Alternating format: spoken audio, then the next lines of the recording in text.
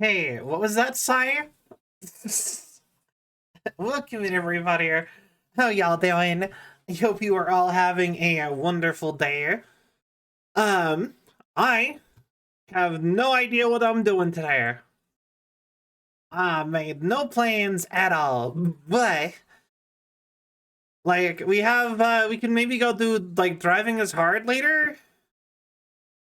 But like I said, I did not, I got busy. I kind of just like zoned out all day.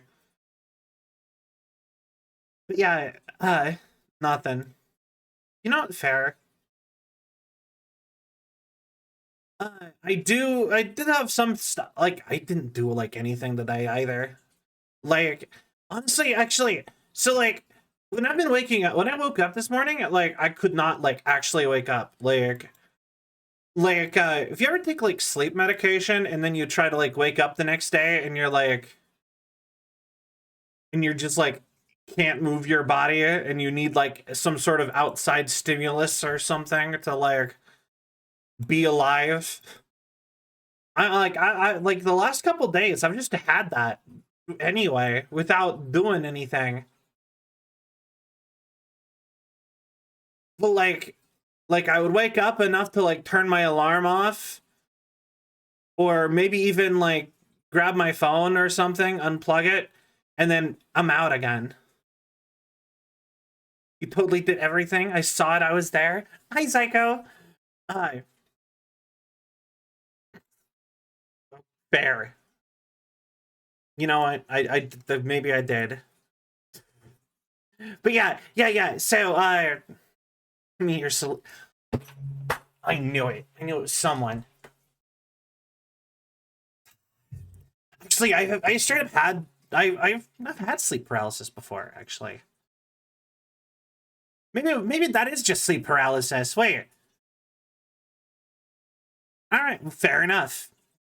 I guess glad we got to the bottom of that. Lucky. Hi, Matt. Welcome in. Cosmic Horrors visit you in your sleep. Eat your grilled cheese. No, not my sandwiches. Honestly, would not be surprised at all. I am used to cosmic horrors. Horrors.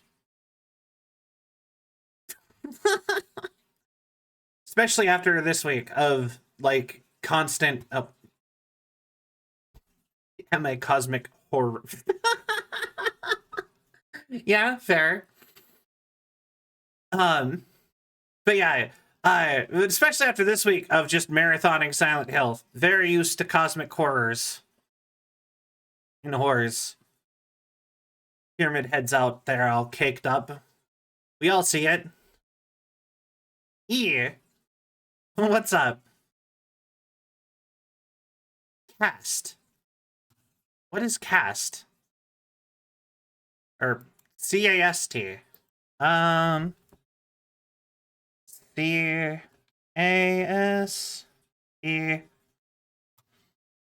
PvE extraction game. Shooter, playable solo or in co-op. Select your character loadout. Battle enemy hordes, evade anomalies, and complete objectives with handcrafted maps with dynamic procedural elements. Kinda sounds cool. Wait. Let me look at like gameplay for that. It literally just gave me pictures of people in casts.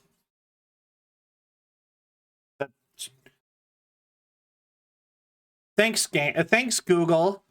So helpful. Cast game. There we go.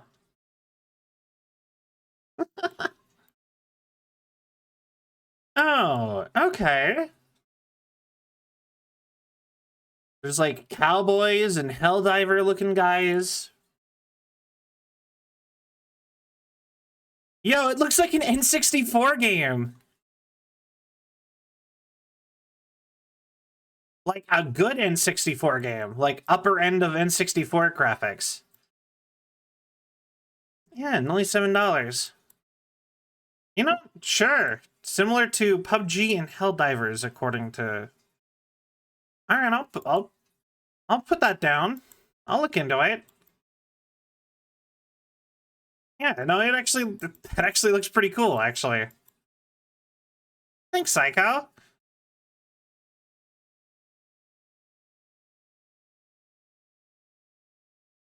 Yeah, no, this is like,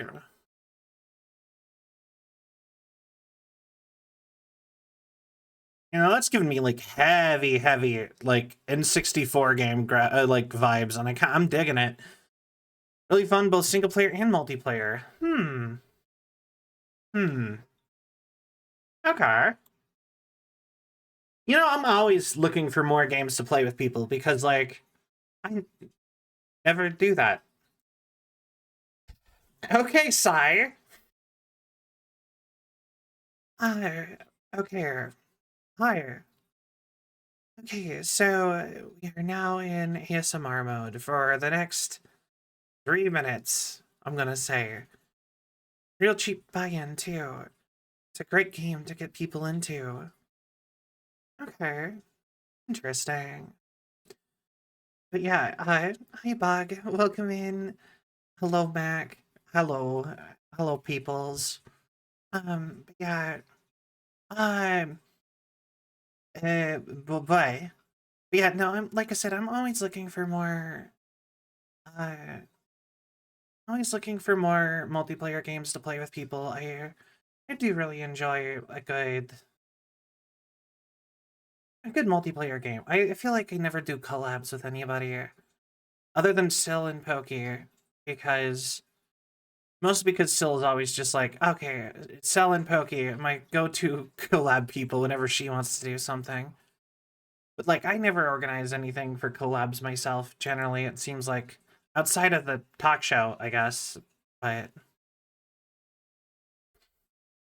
it's just like Eldritch Horror Gritty Goose. Very horrifying. I love it. You know what that makes me think of? Makes me think of those like that mobile game where you're like the slime octopus thing and you're like eating people. I get tons of ads for that one. I played it once. It's not very fun, honestly. It's like the same thing over and over and over again.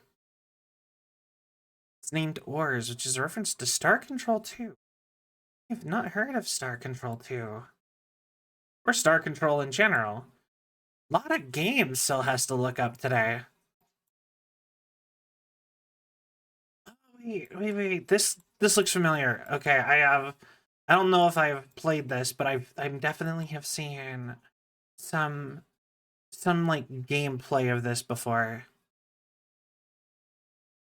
Parrot fish squid people who are actually part of a single entity from beyond reality. Also cosmic horror. I love a good cosmic horror. Cosmic horror is always fun. I really like get free stars. It's free. Well, good. Otherwise, it'd be false advertising. Sure. I'll look into that one too. I totally just typed false advertising instead of free stars. Wait, I already have it. Wait, why is that already? Okay, I guess I already have it. Yeah, apparently I just already had it. I don't think I've ever downloaded that game, though. It's a remaster of Star Control 2. Ooh, okay.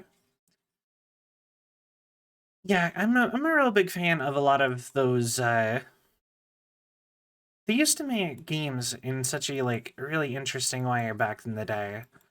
Like, I really like some of those old PC games that are, like, super like complicated and like, I don't know, there's something like an aesthetic to that, like 32-bit games. Also, the ASMR mode is over, so yeah, no, there's something really interesting about like those like 32-bit era games or whatever, where it's like PC and it's still pixel art, but it's like it's above like the 16-bit era kind of. Or it's like, or maybe it's not even, maybe it is 16-bit, actually, now that I'm thinking about it. I can't remember what, like, you know what I'm talking about. It's like those PC games from, like, around then, where, like, it's when, like, a lot of the point-and-click adventure games were from. I'm out. Just wanted to say hi, Sully. Hi, Bug. Welcome in, or what? No, you're leaving. Hope you have a good day. God, you can tell I am not prepared for today. I just how I'm talking, I feel even. But yeah. The Oars theme is the song they use when you get a Toys for Bob logo. Ooh, that's actually kind of cool. Wait, did Toys for Bobs have something to do with that game? Just out of curiosity. Because, like, sometimes it's, like, I find it really fascinating to look up by... Oh, okay. Because I think it's super cool when you look up some companies, just, like... Some, like, some video game companies made, like, insane games. Like, a good example is, like, Retro Studio. You know, like, the guys who make the new Donkey Kong Country games. Did you know they made the original Turok games? Like, that's the same studio, and what happened to that studio, like, over time development, it turned into this, and then it shrank, and then it changed, and then it changed its name, and then it shifted over to here, and then it got bought by Nintendo, and then it made Metroid. And then Donkey Kong Country. And you're just like, what? And there's a bunch of companies like that, where they're just like, you know, they made this, and that, and then something happened, and then suddenly they were making something completely different, and you're like, huh? Although, I feel like I'm one of the only people who is, like, super fascinated about, like, IP ownership with some things, like, I will just sit and, like, go down rabbit holes of, like, oh, so-and-so, what happened to, like, all the Sierra games, and so on and so forth, and just find that stuff really interesting. The Oars theme is a ringtone? Yeah, no, like, I feel like I need to go listen to it. Boys for Tob? Well, you know what? Good for Tob. She needs all the boys, apparently. Oars theme. I need to hear this now. Boink, doink. Alright. Ads. Hold on.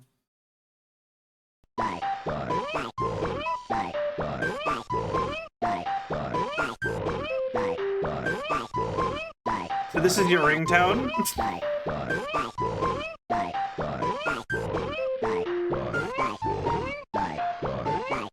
You know what? Fair.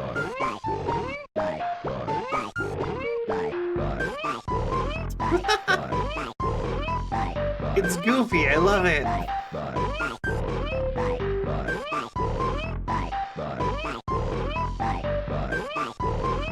Actually saying bye, die, bye. Huh.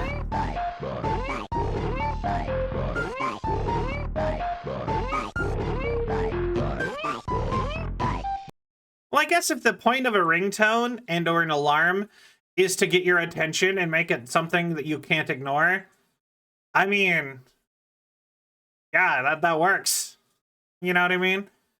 If that was like my alarm clock, I don't think it'd be possible to sleep through that. So, good call, I think. I think it's a good fit. My ringtone on my phone is the Metal Gear Solid codec call, the boing. This is Snake.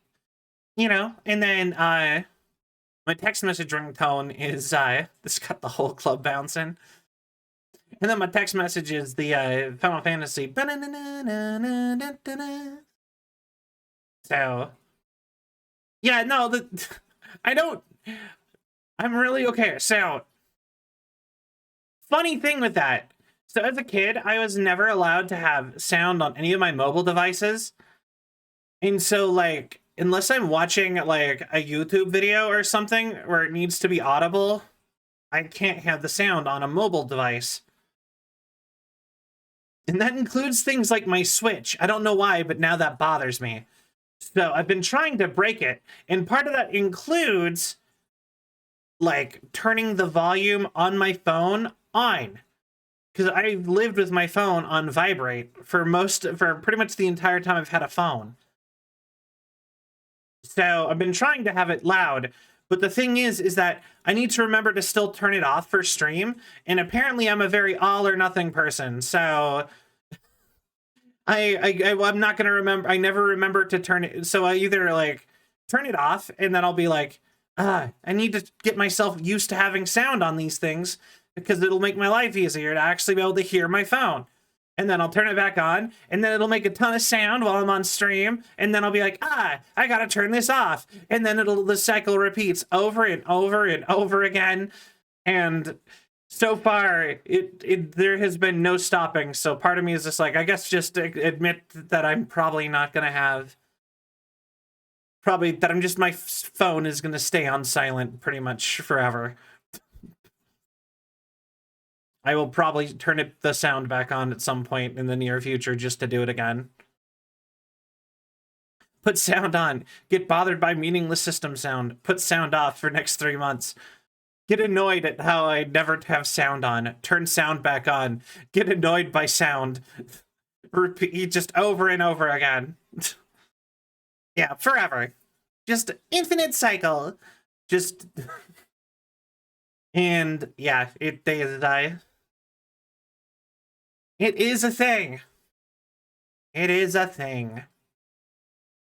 But yeah, yeah, for the life of me, I don't like. There is tons of games, especially handheld games, that I don't know what they sound like. I don't know what. I have like no idea what the soundtrack of them would be or anything. Yeah, just never would have known. Never listened to any of the music from it ever. Parents would have hated me. I play electric guitar. The funny thing is that they like, I actually am from a family of musicians, so they probably would have been hyped about electric guitar. If I would have been like, all right, I'm playing electric guitar, you know, they would have been like, okay, like, don't have it that loud, but you can do that, and they wouldn't have cared. The problem is that I would take my Game Boy, like, Advance or whatever, and then I'd go plop down, or DS or whatever console was around at the time, and then I'd plop down in the living room, and I would watch cartoons while having having my Game Boy, and I would play both at the same time. And then a family member would come take the TV, and I'd be like, sure. And then I'd be playing on my Game Boy with the sound, and then they'd be like, no, you turn that sound off if you're going to be in a public space. And I'll just be like, but I was here first.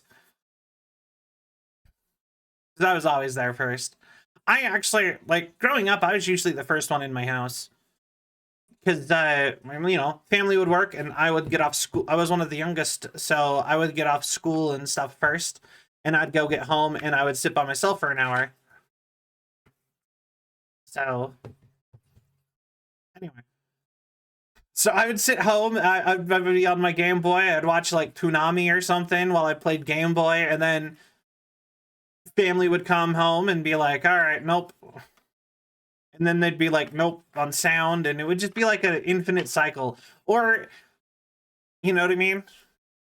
But you know, I grew up in a big family of musicians. Well, maybe not my mom, but my dad and all of my older siblings did music, so I have learned how to play. Although I will say, I do not know how to play any instruments anymore. I don't think I would. I feel like it'd be very bold of me to claim I do. I unfortunately do not, but I do sympathize. Fair. But yeah, I'm super bad about practicing instruments. I'm a very task-oriented person, so I will go ahead and I will learn an instrument to play one song for one instance, and then I'll be done, and I'll never practice again, because I did the thing. So like I did like guitar. I took guitar multiple years, and I have a bunch of guitars.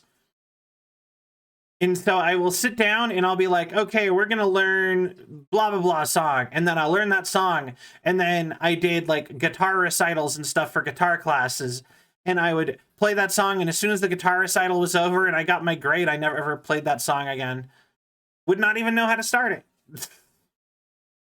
I used to play a bunch of songs, like actually one time I chickened out of my own guitar recital because I was a cringe lord. I had a girlfriend at the time, and I wanted to learn the song "Creep" by Radiohead, and I was like 2 months in before I realized that maybe calling myself a creep in a song dedicated to the girl I liked was not a good idea. Yeah, so just kind of so I had to suddenly learn a brand new song. You girls stink here. Oh, I'm a girl stink. um, get that. Love playing instruments. Never for the life of me been able to stick with one. Bass, piano, violin, drums. Yeah. So, instruments that I have learned. Stella has learned how to play the guitar 4 different times. And when I say that, like, I forgot how to play the guitar, had to get taught again from the start 4 times. So I learned how to play guitar 4 times, bass guitar twice, piano once. I learned how to. I self-taught myself how to play drums. I learned how to play the kalimba. I've learned how to play the didgeridoo. I have tried learning how to sing, but it didn't get very far because my teacher ghosted me. But I guess that's what I get for doing an all-in-one voice class. And it was I did an all-in-one voice training, voice acting, and singing class, and we were trying to get through all of it. And on the second or third meeting, I started getting ghosted by my teacher, and I need to go back to that company and just try with somebody else, I think. Yeah, go robots. Way simpler. All humans stinky. Yeah. Robots just smell like new electronics. Always the best. I like no joke, love like that new electronic smell so much. Like I hate it when you I like it's always kind of like I have straight up like huffed boxes basically just like of like a new like electronic of some sort. They have like a unique smell that I just love. I'm pretty sure that's like some weird manufacturing fumes though, just trapped in the box. But hey, a teacher, why would that happen if they're being paid for their time? That new thing smell. Yeah. It's like plastic and silicone and electron and like circuits and metal, and there's just like something about all that stuff like brand new. It's nice. I like it. Uh but yeah, why did my teacher ghost me? I don't know. Life cold and hard. Android tummy cool and tough. Come here. Wrong button. There.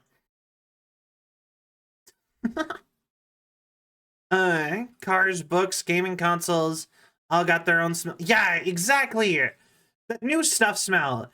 But like I said, electronics are usually my favorite. Are genuinely like my favorite. Can you do like a candle that smells like new electronics? Yes, I remembered that I had a belly button this time. That's why I did the thing. Oh boy.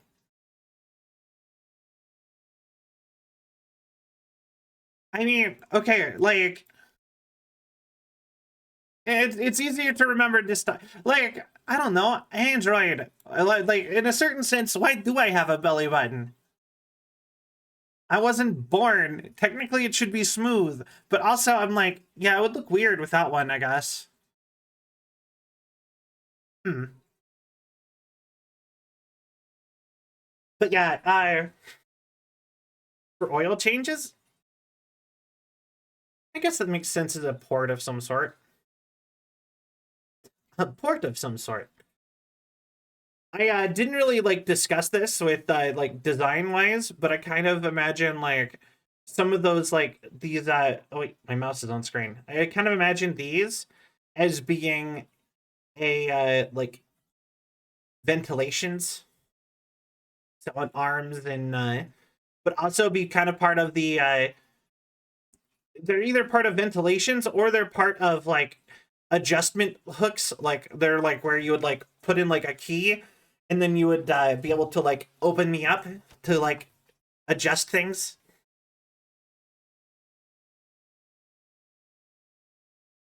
Why is my thing stuck looking to the side? Wait.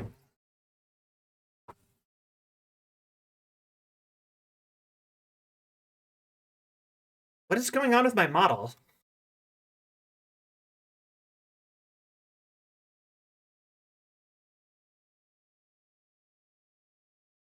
It's gonna bother me.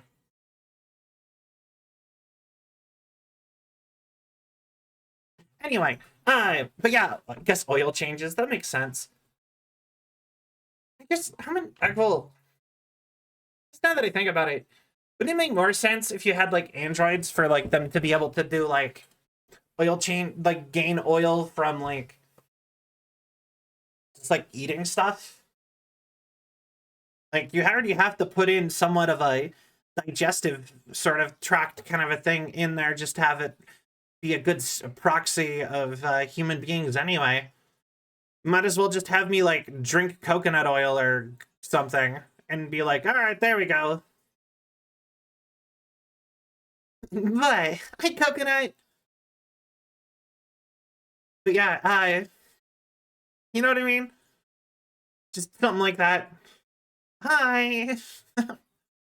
Yeah, I didn't plan today, so I have no idea what I'm doing.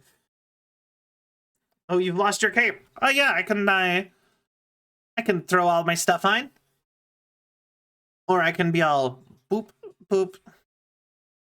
I can technically take the rest of it off, but I disabled that button for Twitch. Well, and for everything.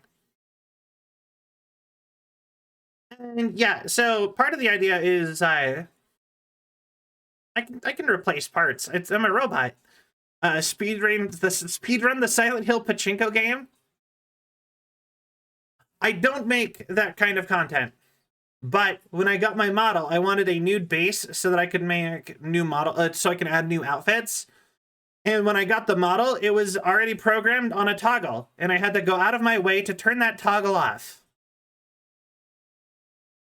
Because do not want to accidentally press that toggle. Oh, well, I mean, wow, so that's so wacky. Yeah, so when you get a VTuber model made, if you want the option of having the ability to get multiple outfits or like additional outfits later on, it's a really good idea to get basically your whole model nude but rigged, so that way they only have, if you have cutouts in your clothing. Come on, please calibrate. I'm looking forward. YouTube Studio, please. Anyway, if you want to calibrate, if you want to, if you have cutouts of stuff that was covered by previous outfits, you would actually be able to just have it be, why is my brain not working? Okay, but yeah, you would be able to have it them function and be there without having to pay extra to have parts of your model redone. So like if I was to get a new outfit made, I would only have to have the outfit itself made, and I wouldn't have to pay for under bits. So like say I want a bikini model. that's like more revealing than this. Or I want an outfit with a boob window that I want it to be my skin color. I don't have to actually, with the nude base, since I have a what my skin looks like underneath all the clothes already rigged, I can just attach the clothes onto it and have it rigged so that it matches and moves and stretches to my movement instead of having to like you get the idea. Does that make sense? It is a way to give yourself the option of adding on later. But like I said, I think some miscommunication happened, and now I just have the ability to get naked if I wanted to, which is funny. But that button is turned off and forcibly removed from a toggle. I have to manually go do that if I really wanted to through the menus. So, yeah, got to not get TOS'd. Do you not want to be TOS'd? So, yeah. Actually, I would love to go get a new outfit at some point, actually. I don't know what a new outfit would be yet, though. Like at one point, I really wanted to have, like, a round of seasonal outfits where I could be like, okay, this is, like, everyday Sal, which is, like, what I'm wearing right now. But maybe I'd want, like, a Christmas outfit or a Halloween outfit. Because odds are I probably will not be able to afford another model for quite a while. So, especially considering that this one was like approximately like $2,000. So, yeah. But once I get like a proper outfit or something, but I could theoretically get outfits done up a lot easier. Uh, I'm looking up if there's like a fix to that. Like, why is that like that? Phone tracking. Model keeps looking left. VTubing.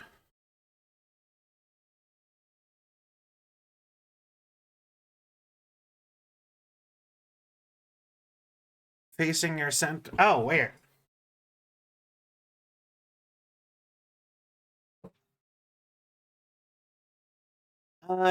Did that help any? No. Grr! Anyway, I'll mess with that later. My ADHD is like happening today. Anyway,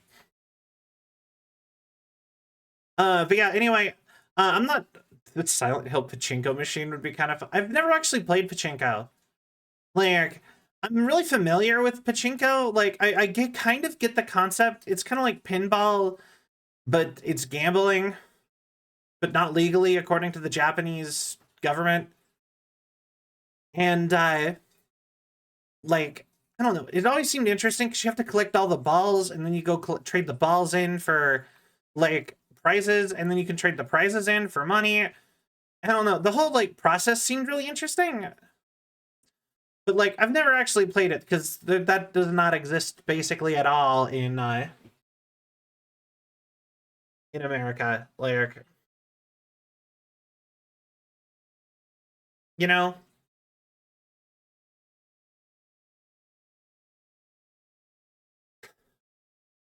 So yeah.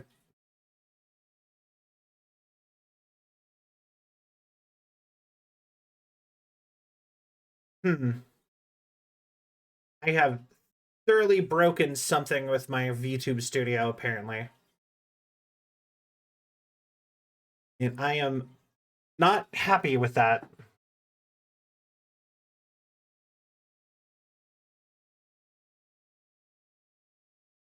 Yeah. Hooray. But anyway, how y'all doing today? I hope you are all having a wonderful day. I actually made a big thing of food today that I did not even eat. I have it set out to be made tomorrow. So I'm really happy because like my mom called me up the other day and is like, "Hey, I know that you are struggling right now, so go ahead and we're gonna walk over to the grocery store and I'm gonna pay for you to go get like a load of groceries." And I'm like, well, thank God. So yeah. So I made up a big thing of shepherd's pie, which I have not had in I don't even know how long. But that is one of the things she insisted I make with the money she got me. So I made shepherd's pie, which is way easier to make than I thought it would have been. Rad mom. Yay! My mom's pretty cool. I like my mom. But yeah, yeah. Oh wait, oh, another instrument I tried to learn how to play was ukulele. Just random, I just randomly remembered that. I also learned how to play the ukulele. Ew, I love a good shepherd's pie. Shepherd's pie is good. It falls into that category of like, I don't know if I would ever make that for myself. Ukulele, yeah, it is an instrument. I was talking about a little bit earlier, about all the instruments that I've learned how to play over the years, because I have learned a lot and don't practice them. So I pretty much functionally don't know how to play any instruments, but I have a ukulele that I tried to learn how to play, and I learned how to play a couple songs. I used to be able to play the Adventure Time theme song, and that was like one of the only songs I learned how to play on ukulele. Adventure time, come on, grab your friends, go through very distant lands. Yeah, so but yeah, like I said, I don't practice, so I don't even think I would know. I don't think I could even claim that I know how to play it really. But yeah, shepherd's pie falls into that like a weird category of foods that I like, but like I don't know if I would ever actually make for myself. Kind of like meatloaf. I don't think I would ever make a meatloaf. But if somebody else made meatloaf, I'd be happy to eat meatloaf. But just something about meatloaf is just like inherently unappealing for me if I'm going to cook. If that makes sense. Like I can think like I would think of so many other uses of like ground beef or whatever. Ukulele is underrated, but my poor fingertips. Yeah, I feel that. The thing that my brain struggles with is strum structure for ukulele, because you have to like strumming up and strumming down have different sounds with ukulele. So you have to like it's almost like drumming mixed with like guitar kind of, in a sense.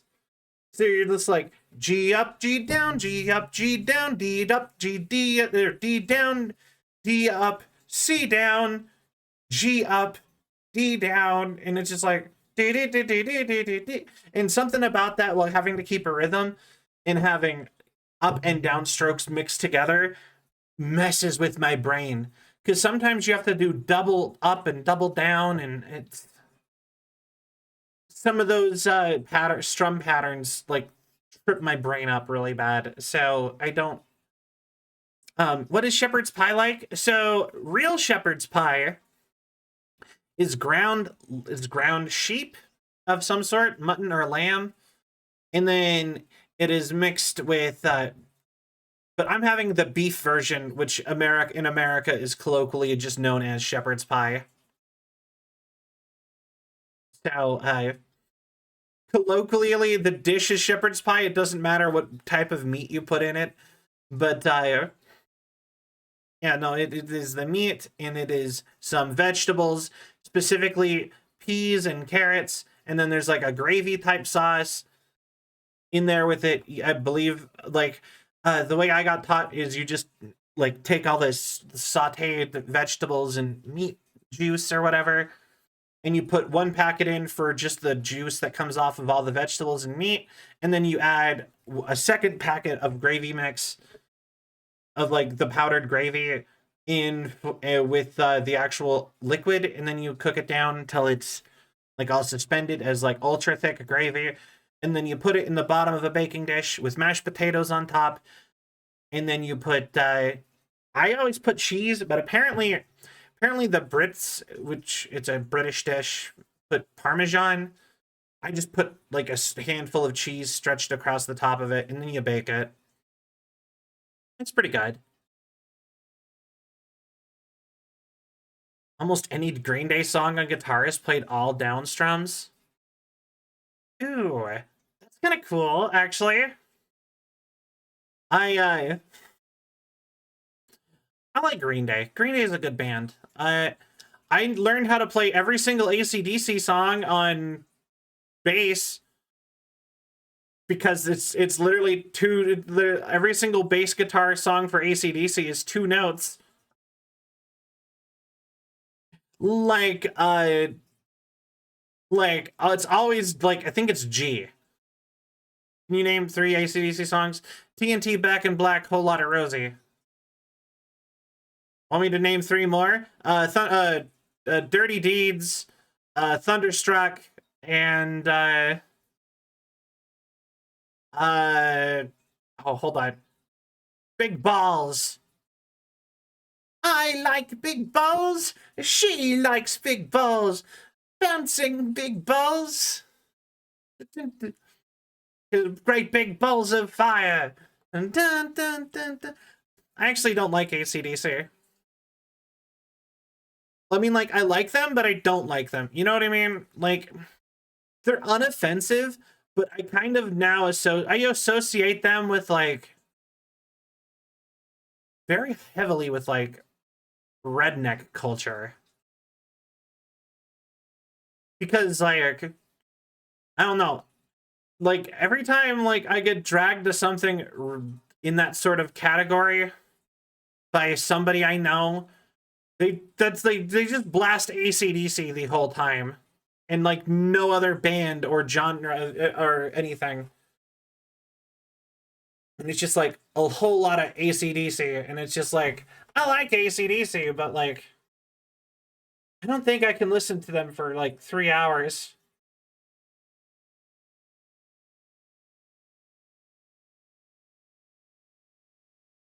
So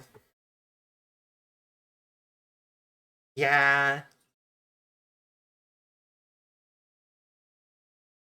but yeah, so like I said, AC/DC, uh Metallica, I feel like I would have a harder time coming up with more than 3 songs for going like super dad rock. What's a redneck?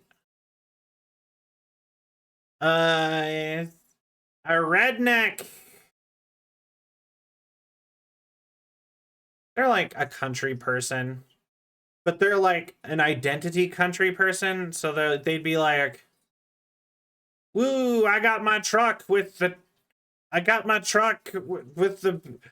toolbox in the back, and I carry 3 guns and backwards, and I have a trucker cap, and I cut the sleeves off of my dress shirts. All my shirts are sleeveless."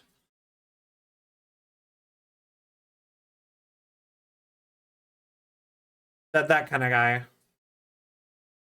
or girl person. And I don't mind the people who are like that. I don't really like the whole like redneck culture. I have some of that stuff, like, I find some of that stuff is frustrating from like just places I grew up. So, eh.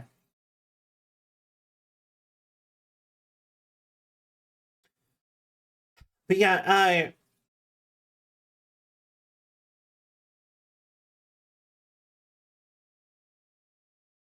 hold on. I'm gonna try something real quick with the model. Give me 1 second. This is like genuinely really bothering me. And if this does not work to fix it, then I'm just gonna go the rest of the stream.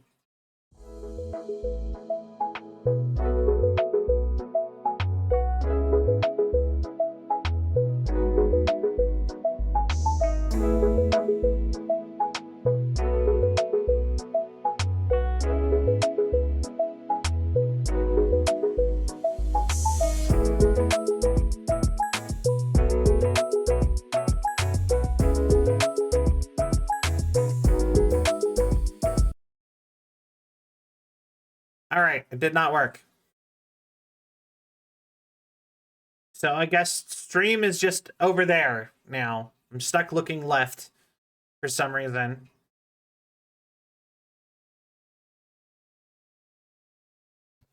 But yeah, but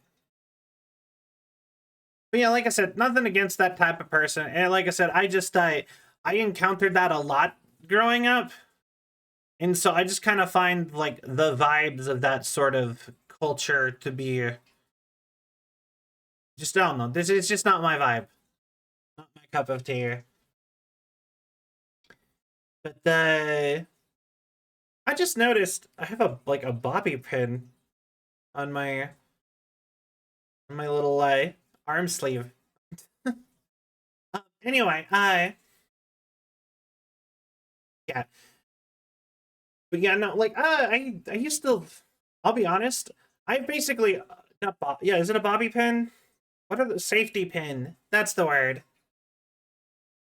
So yeah, I grew up listening to a lot of quote unquote dad rock and or dad metal, apparently.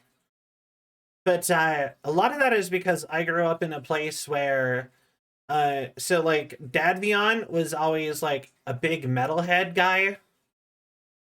And I grew up in a place where everybody was super into country music. And if they weren't into country music, they were into like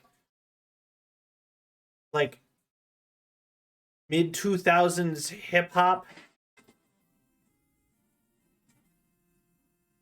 So, and like our pop music. And like since I didn't really resonate with those, I just didn't really get exposed to that kind of country, that kind of music. So I like that many other kinds of music. So like I would say like a significant amount of my taste is very dad rocky adjacent ish. Sadly, I say sadly because I have been called out on this multiple times in recent memory. Like, oh, you listen to like dad music, and I'm like, no, don't call it that. But yeah, no, I've been listening to music that makes me sound old for like my entire life, pretty much. So yeah, I was that type of rebellious teenager where instead of rebelling against my parents, I rebelled against like society. And my parents were just like, "Yeah, you like the stuff we like," and that's somehow subversive for the rest of like all the other people around. So that's how I like was a rebellious teenager. Was that I was just like, the rest of you guys don't know nothing. I'm gonna listen to my parents' music. So yeah, really like the opposite of like everybody else's like whole like rebellious phase. And like fake country music. What do you mean by that? I'm not a fan of country music in general. I think the only exception I think is maybe I like Johnny Cash sometimes. Someone using the dad prefix for music is a red flag, honestly. I mean, on one hand, if I say that I listen to dad, or if someone says that they listen to dad rock, you know exactly what they're talking about, which I think means it's a good descriptor. But then at the same time, it's like you're using it very derogatory. and it doesn't like, and it's very like, there are people who do not fall into that sort of category that you're kind of, you know what I mean? It's like, it's a good descriptor, but in a derogatory manner. Like, so yeah, it's I wouldn't say it's quite like a firm red flag. I think it's more like it's maybe like a pink flag. That makes sense. You notice something I think is really funny is the concept of beige flags. Somebody told me that a beige flag is something that is very noticeable but isn't really a problem. You're just like, huh. Like if somebody like an example is if somebody cuts off the crusts of their own sandwiches, it's just like, or no, somebody eats the crust of their, or wait, hold on, there was something dumb like that. Like if somebody always cuts their sandwiches into triangles, you're just like, that's interesting. Like, why do you do that? Like, why do you bother? This isn't even like that big of a sandwich or anything. You know what I mean? Something like that. Like, you're just eating the sandwich. Why do you do that? It's not like a problem. It's not. It's just sort of like a thing that you immediately take notice. No. That's the thing. It's a beige flag. It's something you notice. It's like, huh, but it doesn't. It's not like a problem or anything at all. It's beige. It's just like, it's pretty. No, it's like, it's a normal thing to do, but it's like, you know what I mean? It's like, it's not like weird, but it's like, huh, or like signal flag. It's like the referee timeout hand signal. No, it's just yeah, like I said, the point of a beige flag is it's just something that's noticeable. Like, that's interesting or that's different, and then that's it. That's where it ends.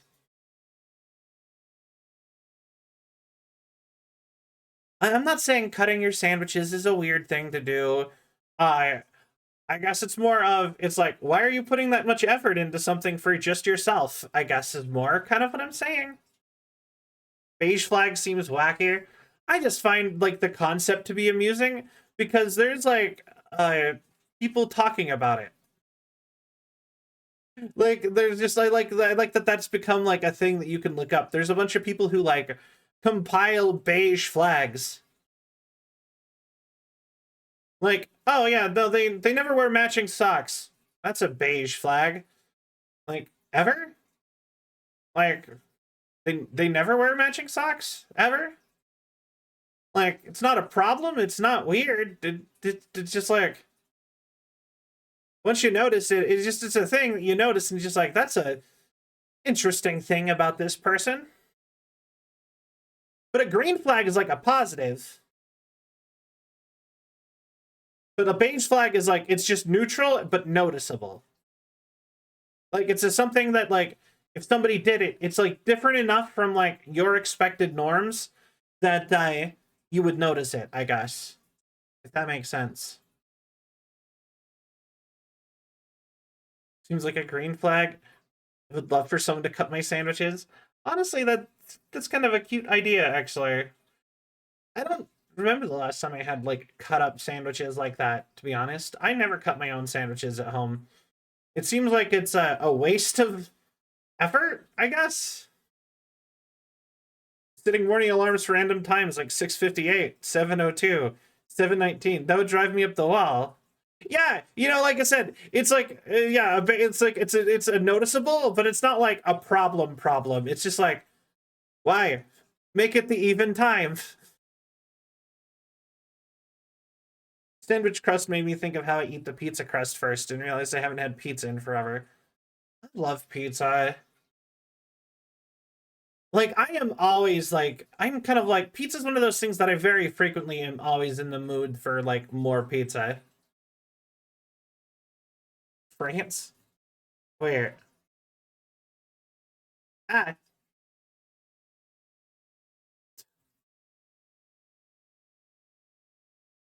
Just France.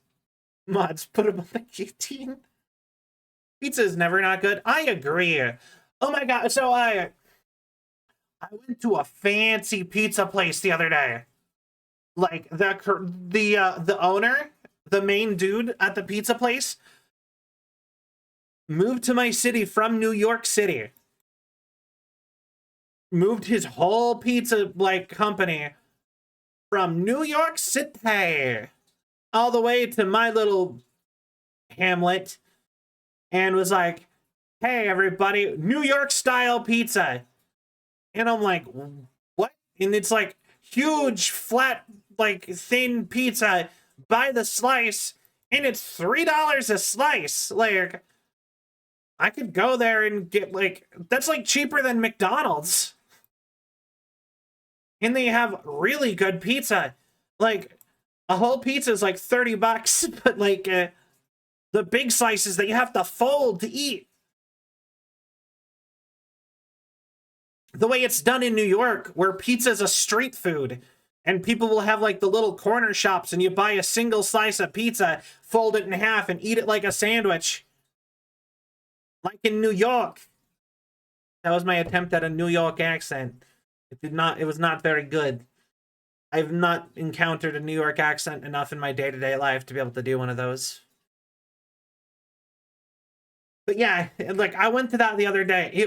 I'm walking here. Apparently that is from one movie, and that just became what New York sounds like to a lot of people. All I know about New York is what I saw in Spider-Man 1 to 3. Huh. Forrest Gump.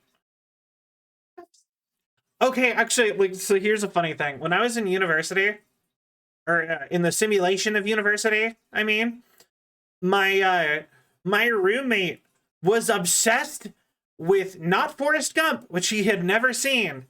He was obsessed with Bubba Gump's shrimp from Forrest Gump. And it was like his favorite place on earth. Like, he was always talking about how, like, the best food he'd ever had was at Bubba Gump Shrimp. And he's like, it's like the place in Forrest Gump. And I'm like, are you like a big fan of that movie? And he's just like, I've never seen that movie. And I'm just like, what? And then he would sit and rant about how much good the food is at Bubba Gump Shrimp. And I'm like, okay. And every time we talked about food, he was just like, man, I really wish we had a Bubba Gump Shrimp here. And I'm like, dude, why? Why do you love this place so much? Yeah, it's a real place. Yeah, no, New York does not feel like a real place. I feel like New York will continue to not feel like a real place until I go there. And the funny thing is that, like, I almost went there during the pandemic, but I'm kind of glad I didn't. That's the cheapest I've ever seen. Because, like, in the middle of the pandemic, I almost went there because I saw that a long weekend trip, like 4 days there, not counting travel, would have cost me like $300. And I was like, I could go do that because I had money from like the government. But then I was like, oh yeah, pandemic. That's probably a bad idea. There's a lot of Bubba Gump shrimps. I've been to one. They're not bad. Like I said, I don't doubt that it's a good restaurant chain. I just think it's weird to have your favorite restaurant chain be based off of a movie you haven't seen. Like I'm just saying, if like my favorite restaurant in the world was like it's like the Pirates of the Caribbean restaurant at Disneyland, and I have never seen that movie, and single Pirates of the Caribbean movie, I feel like that's just odd. Why is that your favorite restaurant? Like, you know what I mean? Something about that's just odd. And like, anyway, fun fact: the Great Depression, something New Yorkers used to have. I don't think that's true. I think they've probably had that stuff since the public plumbing was invented. Probably would have been a horrid idea. It was, But I did look at it and I was like, wow, I could go to New York City for like $300 for like a 5-day week, for like a 4 or 5-day weekend.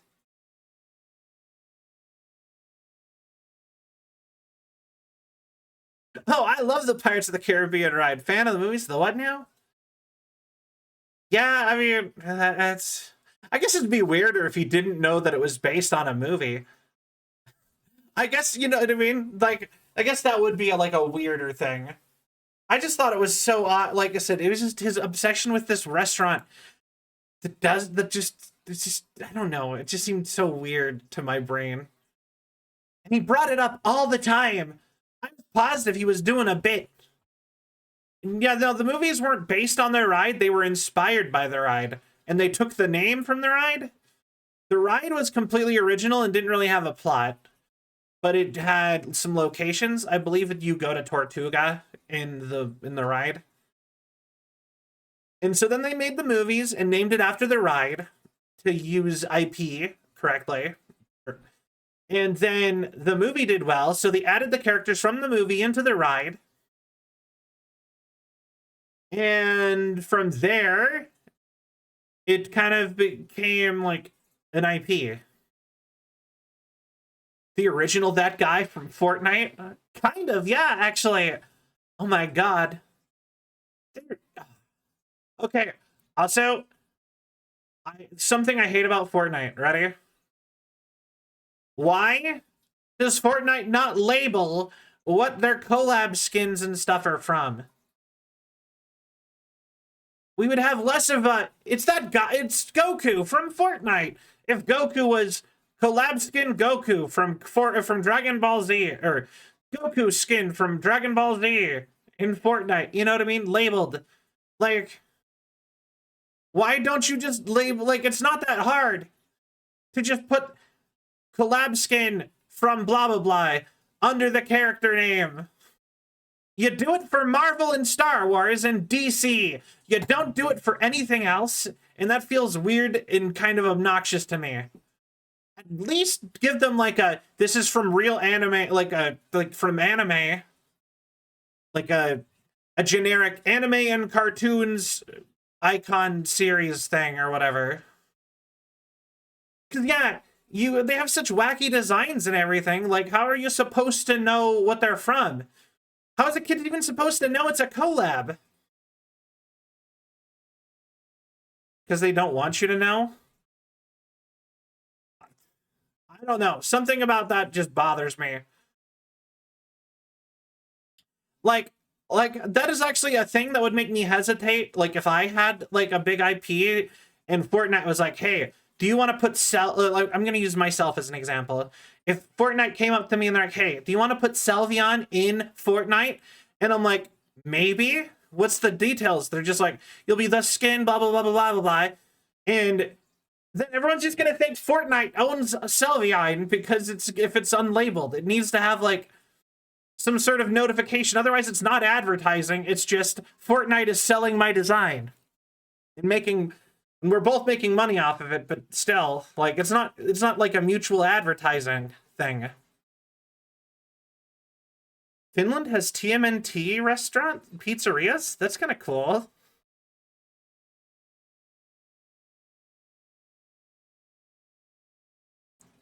The fact that Teenage Mutant Ninja Turtles has never made like a pizza chain is kind of insane if you think about it. Here we go. Welcome to Taco Bell. Yo! Cutie! Thank you for the raid! Welcome, raiders! I am Sal, Android Variety VTuber. I play lots of games, I do lots of things.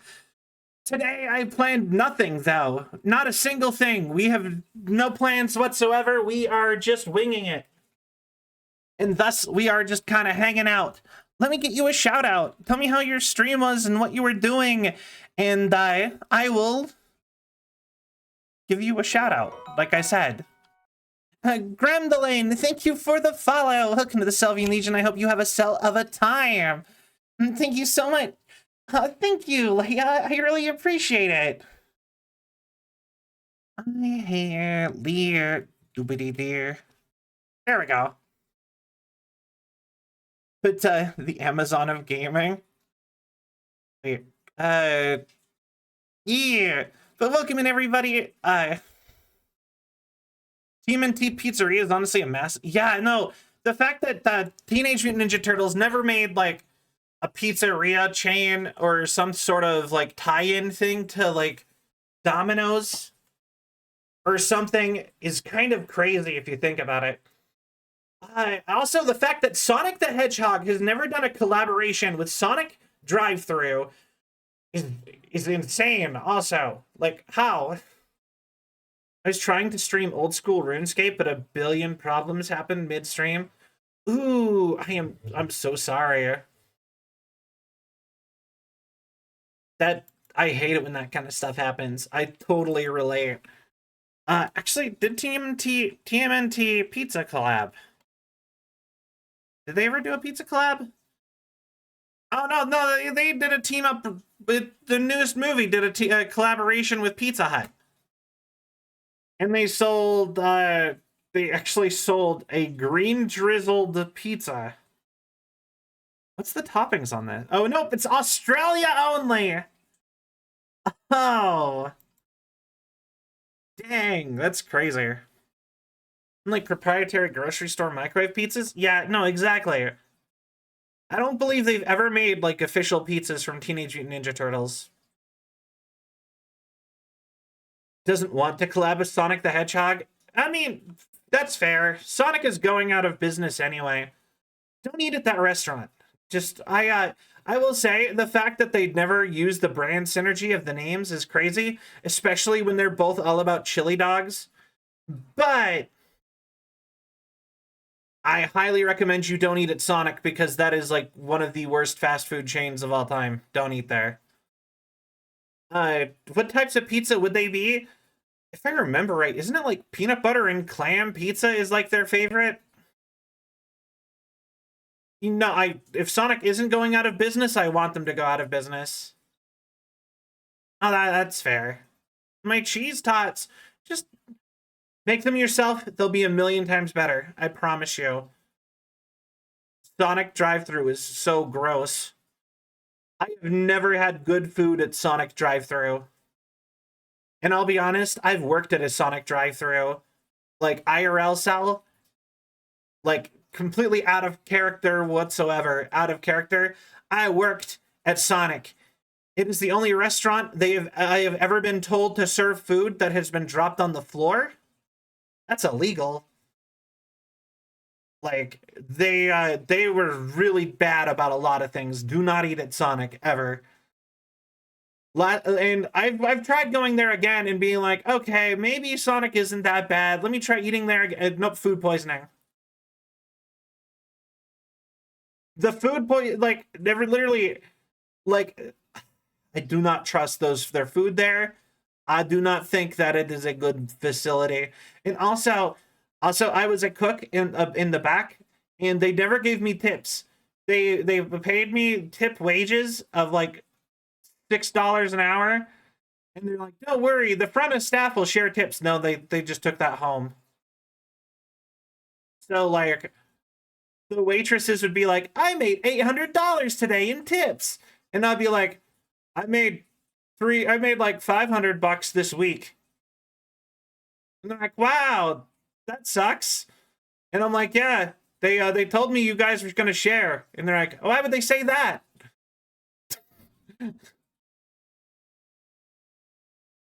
And then I just don't bring it up again because that's awkward. I'm so glad I don't work there anymore. That was awful. Anyway. Yeah, do not like Sonic. I will straight up say I have a rivalry with the fast food establishment Sonic. Do not not good. Do not eat there. Get the drinks or the ice cream. You're fine. Do not eat the food. New Cell lore dropped. Yeah, Cell does not like Sonic drive-thrus. The worst part though is aesthetically I like it. Like so many fast food places have no like vibes anymore. They're just like a beige box. you'll just like, do you want to eat food from the red square, the yellow square, the purple square, the red, the blue, red, and or the so on and so forth, the red and white square, so on, you know? And then Sonic is like, we're like a classic drive-through. We're gonna put up lights and big metallic arches and stuff like it's a sci-fi from the 90s or something. And you're like, ah, cool. And then the food just makes me sick every time. And they were hellacious to work for. Can I eat the purple square? I love the purple square. Purple square, Taco Bell. Like, go with the Taco Bell. Purple square is the best. I love purple square. Got to watch Sonic get completely deconstructed and replaced with a car wash. Did fair, I suppose. Cross-contaminated by alien species, which is why you get sick every time. They should wash their hands and wear gloves or something. Actually, that reminds me, during the pandemic, I would go to restaurants sometimes, and the people in the back wouldn't be required to wear their masks, but the people up front would be. And I would just be so confused by that at a couple places. I'm like, I don't want to eat here. Go into like I would go into like a Chinese restaurant or something with like my mom, and we'd just be like, I'd look in the back and all the people in the back, no masks in the middle of like COVID, and all the people up front are fully masked up and are like with like gloves and everything, and everyone in the back is just like business as normal, and I'm just like, I don't know how I feel about this. I don't think this is a good place. And my mom's just like, I don't know what the problem is. We want some Hesburger now. Huh. Hey, wait, did I miss the shootout? Oh, wait, you might have. I can give you another shout out, though. I would happily do so. There you go. Nope, okay, I apparently have to wait an hour to give you a shout out again. So you did get it, you 100% got a shout out. No worries. I do the built-in shout out feature because it seems easier to do that than make people click over to a whole nother page in my brain. I know a lot of people do the ISO thing, but I don't know, that I never quite got that, if I'm being honest.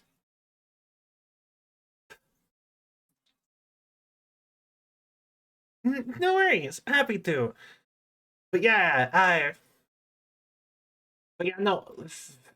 Hold on, like, okay, wait. If we're talking fast food though, fast food here list. Let's see here. Why not make a tier list? That's always fun. Okay. Okay, hold on. And let me just...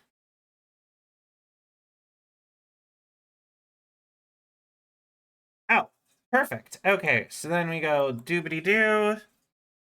And then we do like that. And then we're gonna go like that. Wait, hold on. Perfect. Okay. And then I really wish I knew how to get rid of that. Okay. Joint my teeny... Oh, I'm sorry. Okay, so fast food. Quick fast food shout out. Doesn't exist here or here. I'll just remove all of the stuff I've never had before. Mostly because they don't exist where I live. Wait, I have had that.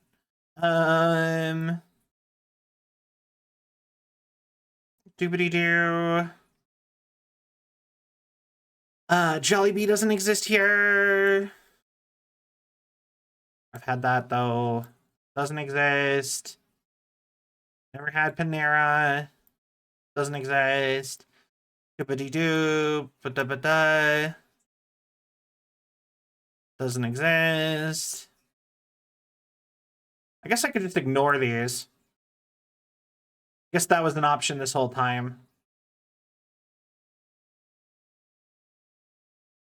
Okay, I think I'm almost through it all. Yeah, or Whataburger doesn't exist here either. Or this. Okay.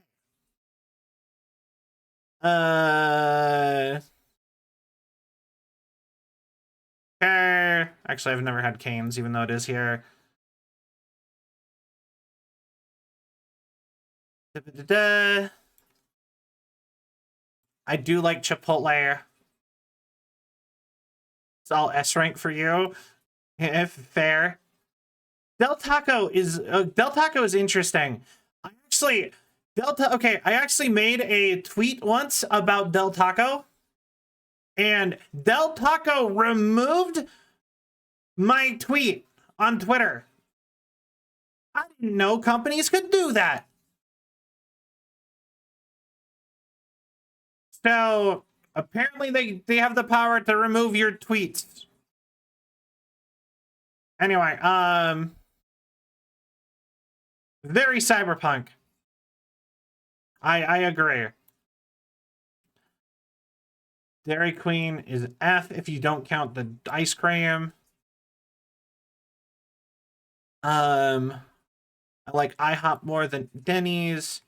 In-N-Out's okay. Jack in the Box is weird. Jersey Mike's is good, but I don't like it anymore. Jimmy John's is a more expensive Subway. KFC is good. Little Caesars is... No, actually, Little Caesars is slightly worse. Long John Silver, Noodles and Company is too expensive. Panda's really good. Papa John's is pretty good. Pizza Hut's my least favorite pizza. Popeyes... See, okay, Popeyes and KFC are weird, because if you want just, like, fried chicken, KFC is way better. If you want a sandwich, like a chicken sandwich or chicken tenders, Popeyes, 100%. It's weird how just the fried chicken category KFC destroys, and everything else Popeyes is better. Ice cream. Dairy Queen isn't all ice cream. They also sell burgers and fries and stuff. Qdoba. Actually, hold on. Qdoba is just Chipotle, but better. Quiznos was actually good, but like, who went to Quiznos? Like, you go to Quiznos to have like less spicy Subway, basically. Speaking of Subway, I have not had a good time at Subway, and I don't even know how long. Sbarro is okay. The only time Shake Shack. The only time I've ever eaten at Shake Shack, my burger came cold and my ice cream came hot, and I don't know how. Legitimately, my ice cream came in like a cup melted, and my burger came cold. And my ice cream was like warmer than my burger. How? Oh, so like one of my favorite jokes about Subway is from Pantsa Hat, where they're like, he goes into a Subway and they're like, "You're the sub," and they're like all making fun of, like, the girl at the Subway is like making fun of him, and his buddy is like, "Yo, you want to go try Quiznos? I hear they're pushovers at Quiznos." And I think about that every time I see Quiznos now. Sonic, F, not human consumption. Steak and Shake doesn't exist here, actually. Taco Bell, S tier. I love Taco Bell. Chain, but we probably have more strict restaurant regulations. Probably. Wendy's always got the goods, actually. Wendy's and Carl's Jr. are great. Wiener Schnitzel it's fine. Wingstop is way too expensive for what it is, and Zaxby's is okay. So yeah, the only thing I have from White Castle in my area is the frozen tiny burgers. If you were international chain, we probably have more strict restaurant regulations. You let me try KFC when I was over there, not having my nephew's first chicken experience to be some nasty KFC, taking you to Popeyes. That's fair. I'm just telling you, if you want fried chicken, like the chicken itself, go to KFC. It's better. If you want anything else, if you want like a chicken sandwich or chicken tenders or chicken strips, Popeyes. All the side dishes, better at Popeyes. Just the plain chicken is better at KFC. That's it. Just the plain chicken. Tried KFC when I was finishing Denmark once. Didn't want to split from the rest of my party who are going to just Burger King. Fun fact, did you know Burger King's a Canadian company now? They got bought by Tim Hortons. But yeah, no, I'll explain these. Burger King, McDonald's, Subway. I get food poisoning every time I eat there. Sonic, I have a grudge. Sonic, I just have a genuine grudge. Nobody likes Long John Silver's. Jack in the Box can be here. You know, I'm upgrading Jack in the Box. Jack in the Box is better than these two, but it's not good. I've eaten Jack in the Box. Jack in the Box is weird. Jack in the Box is the one with the like circular round-headed guy for my international audience. If you've ever seen the Jack in the Box, like look up the Jack in the Box guy. I think his name is just Jack. Their menu is so odd. They sell burgers and tacos and fried rice and egg rolls. And it's just like, now they sell ramen.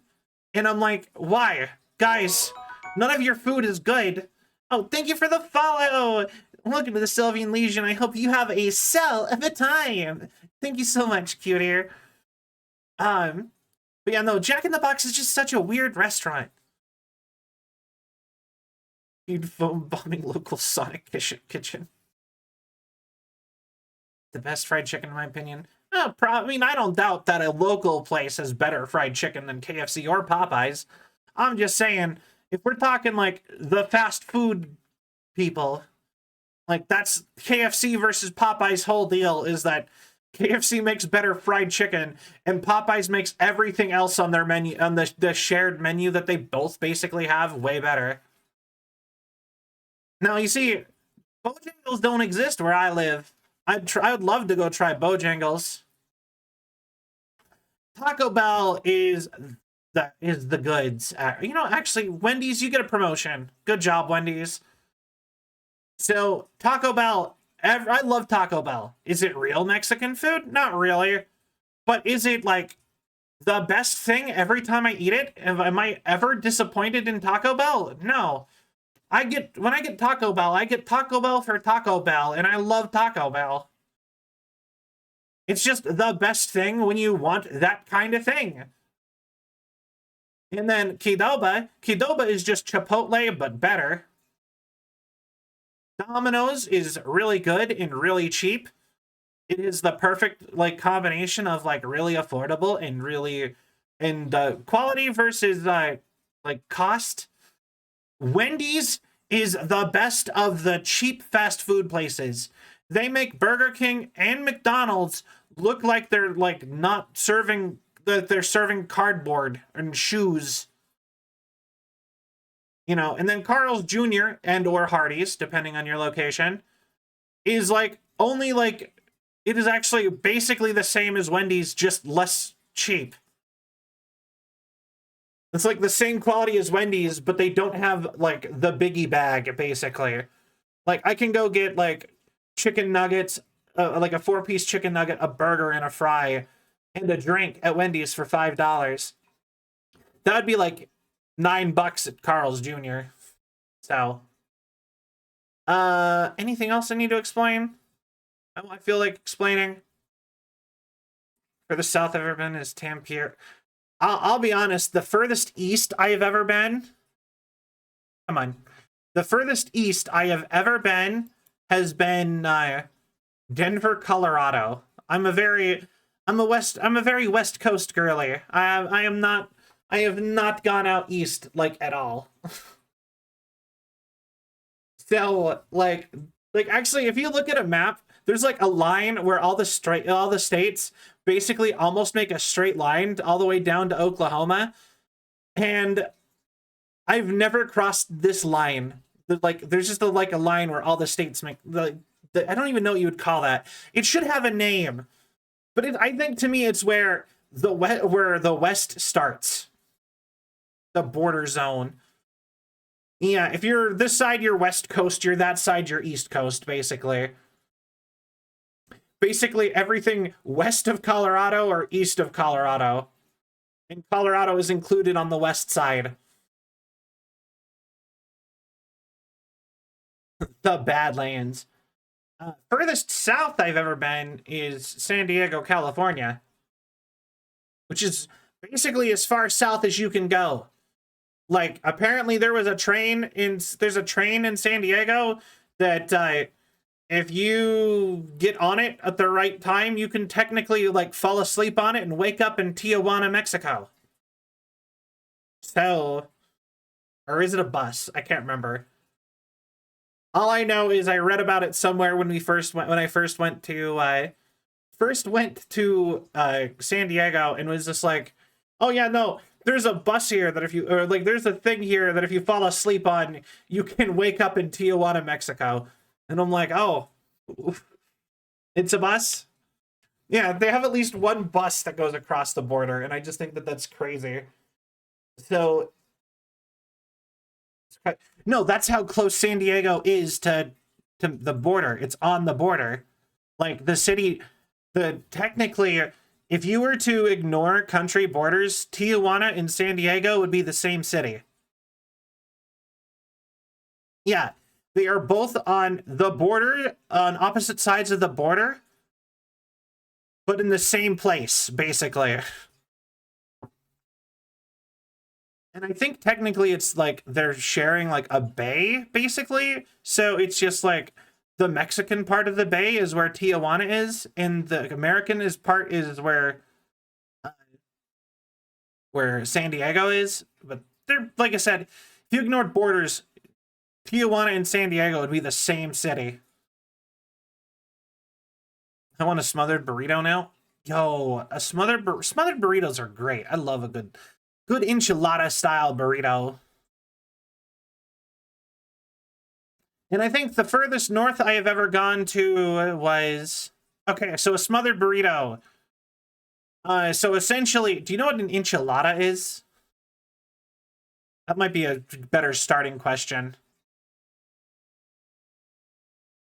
So essentially, a smothered burrito is you just make a burrito and then you put enchilada sauce on it and cheese, and then you melt the cheese and heat the enchilada sauce up.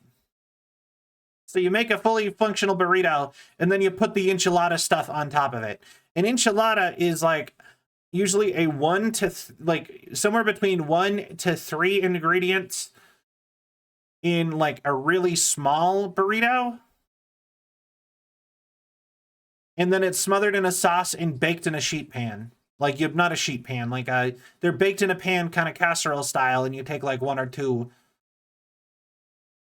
Okay. And I think the most common thing for those is just a meat and a cheese for the filling. But I've seen ones with black beans inside too. So basically, you kind of get the idea, I guess. So yeah, a smothered burrito is just anyway. But you go to some places and they'll also put like queso, like the dipping cheese for nachos, but not like nacho cheese. I'm like the real like the real cheese sauce kind, not like the canned like radioactive yellow sauce from like gas stations on it. And that's another way you can get a smothered burrito. They're good. In summary, delicious. Highly recommend a good smothered burrito. They make them here huge and always give you a beer with it. Ooh, that sounds fine. I'm gonna take a hydrate real quick. I can feel my voice cracking. Also, I can feel myself using more of the back of my throat to talk, and I need to be trying to do a different spot than I do.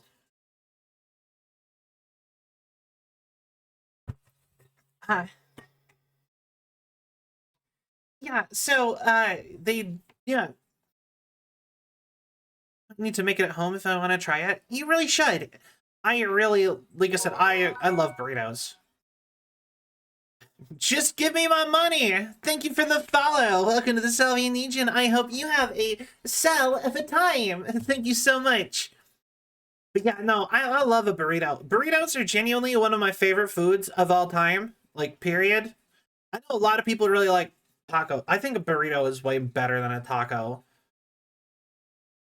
I don't know. Something about just eating one big thing instead of like a bunch of little things meshes with my brain a little bit better. So much easier to eat. Although, I will say, they're probably way less healthy than a taco is, though.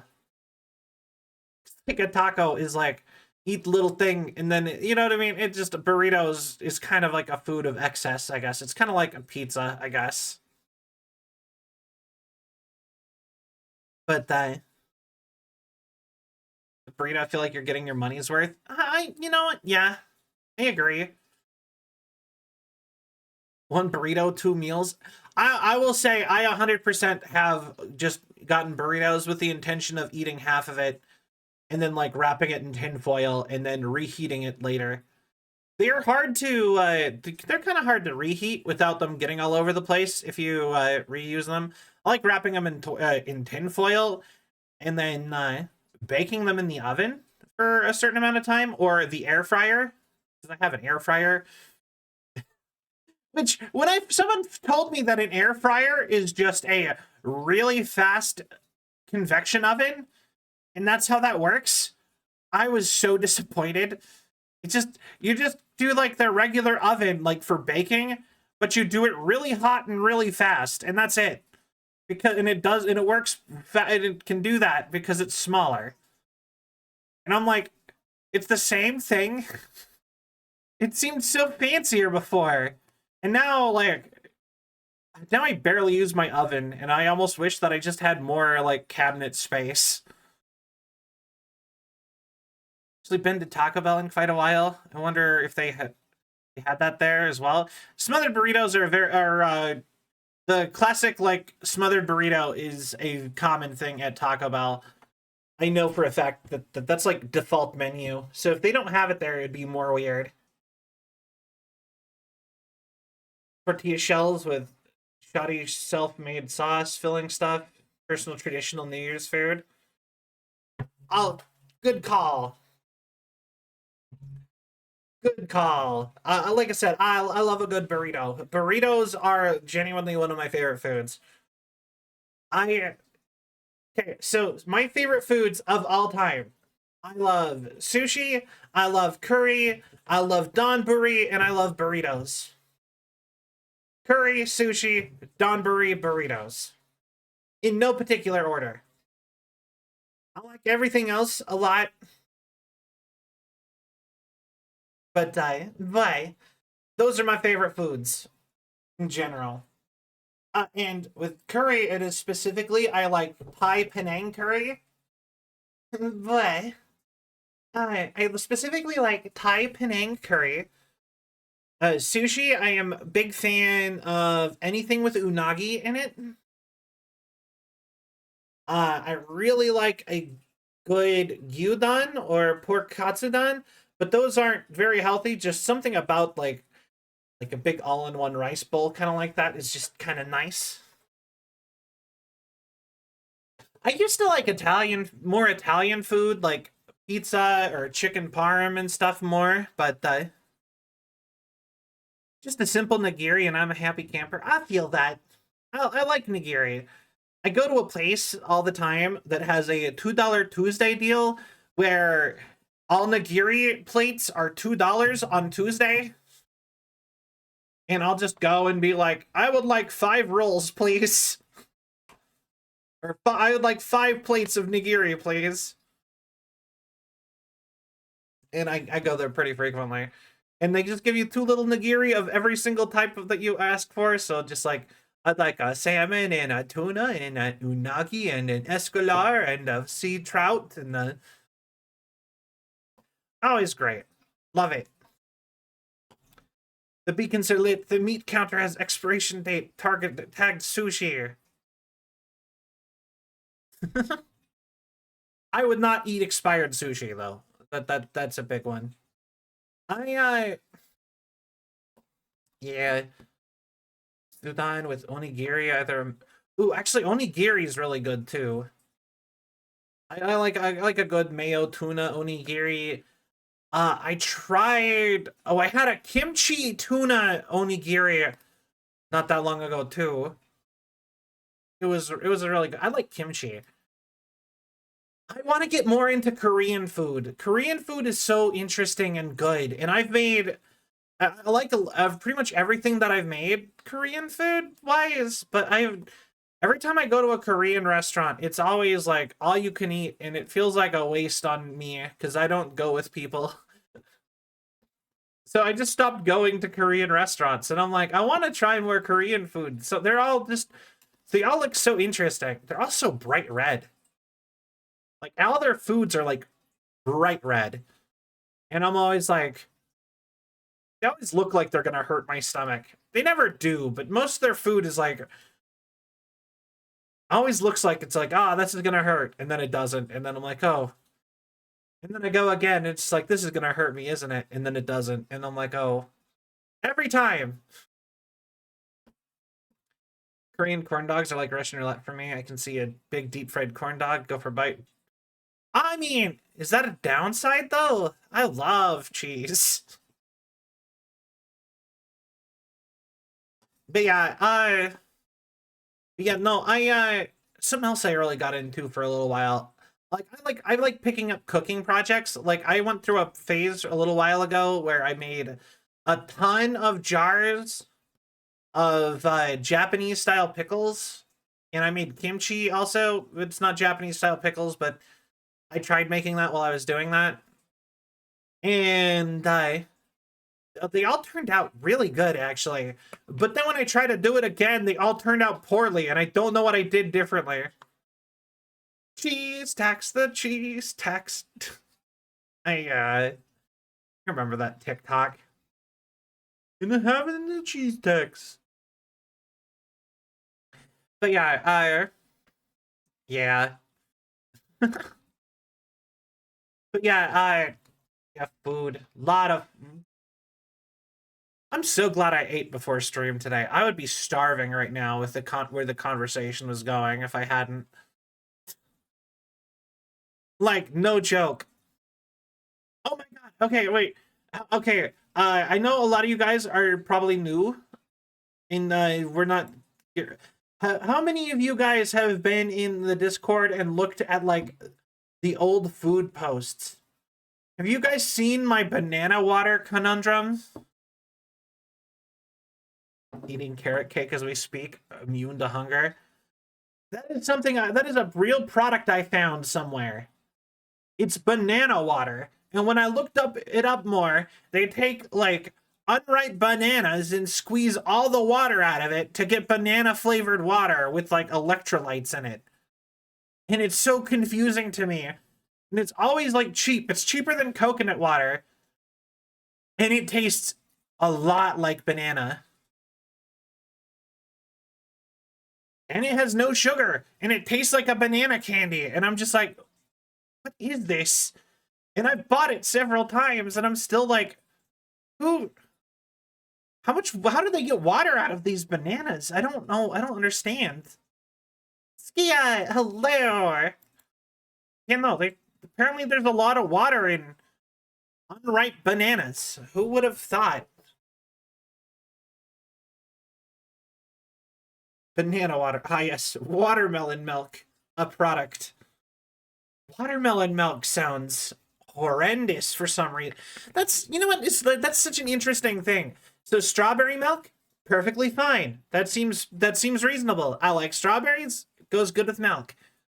Why does I can't think of a single other fruit that I'm like, yeah, that flavor of milk makes sense.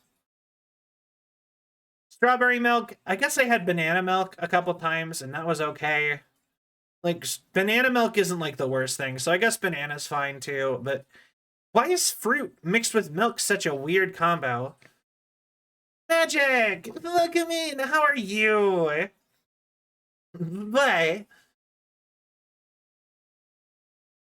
Maybe laugh so. Show me the udder on a watermelon. But yeah, like, why don't they sell, like, blueberry milk? I'm alive, it has been a while. I'm glad. Not that it's been a while, but that you're alive. That's... I meant this, that'd be hilarious and awful, though. Just be like, I'm glad it's been a while. No, but I'm glad you're alive. I'm glad. Thank you for the hydrate in the stretch. I will do those.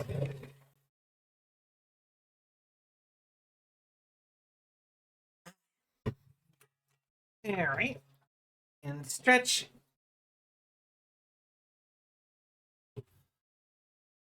But yeah, yeah, you ever think about that though? They like never make other flavors of like fruit flavors of milk though. Since I've been in the land of the living is how I read that sentence. And honestly, mood. You know what? Fair. The funny part is as a robot, that technically is just an option. If you think about it. I'm just like, yeah, no, I was dead for 6 months. I'm alive again now, though. Someone found the power switch.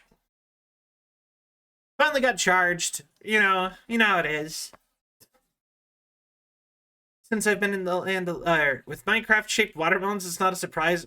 But they actually make square watermelons. I have passed away. I was dead because I have passed away. Wait. Where's the thing? Where what?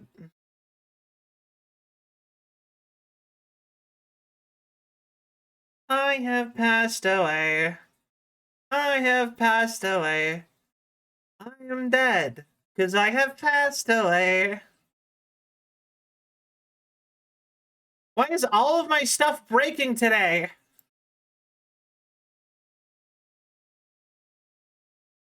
The sound alert that bug played.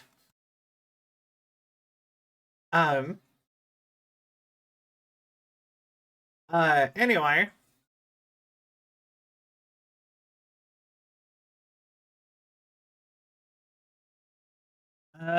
1 second.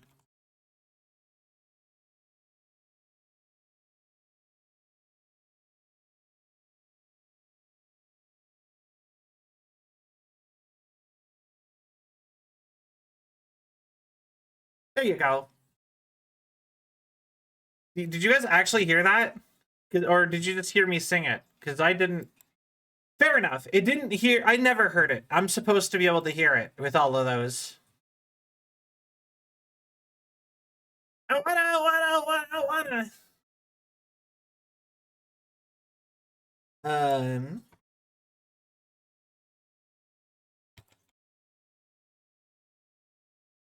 But yeah,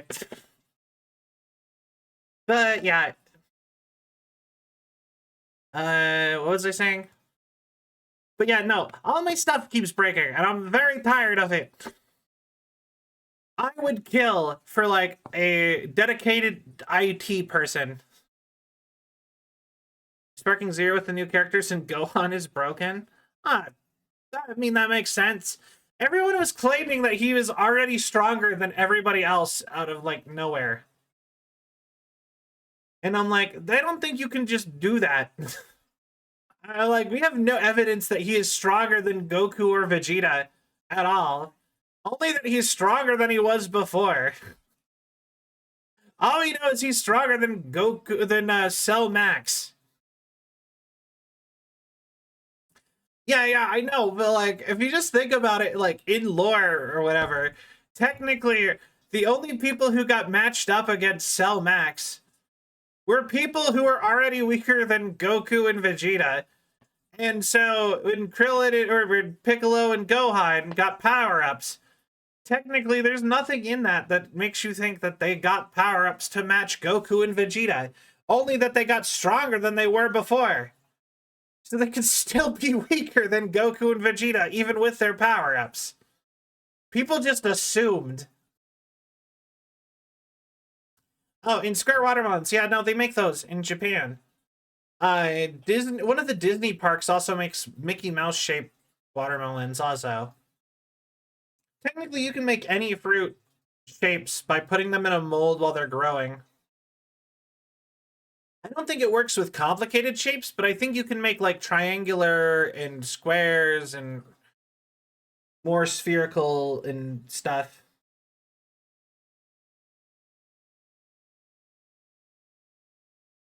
You know what I mean? Make anything a square. It's funny. I seen an apple. Yeah, no, it dies. I feel like they should just sell. Like, part of me almost thinks that they should just sell that stuff. I think that'd be really funny. No worries, I saw it. But yeah, they should just like. I think it'd be so cool if you could go to the grocery store and there'd just be like a big stack of square apples, just Minecraft Cafe. You know, the funny thing is that when I was I actually did go to a Minecraft themed cafe at actually at one of the TwitchCons I went to. When I went to I think it was my first TwitchCon.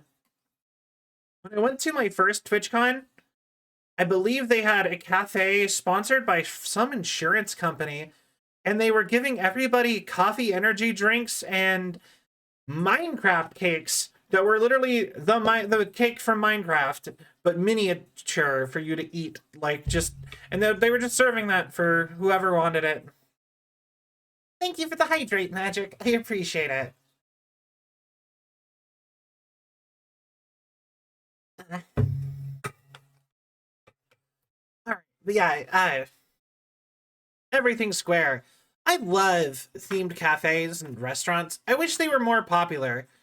I love looking at the ones in Japan. Why can't we have that here?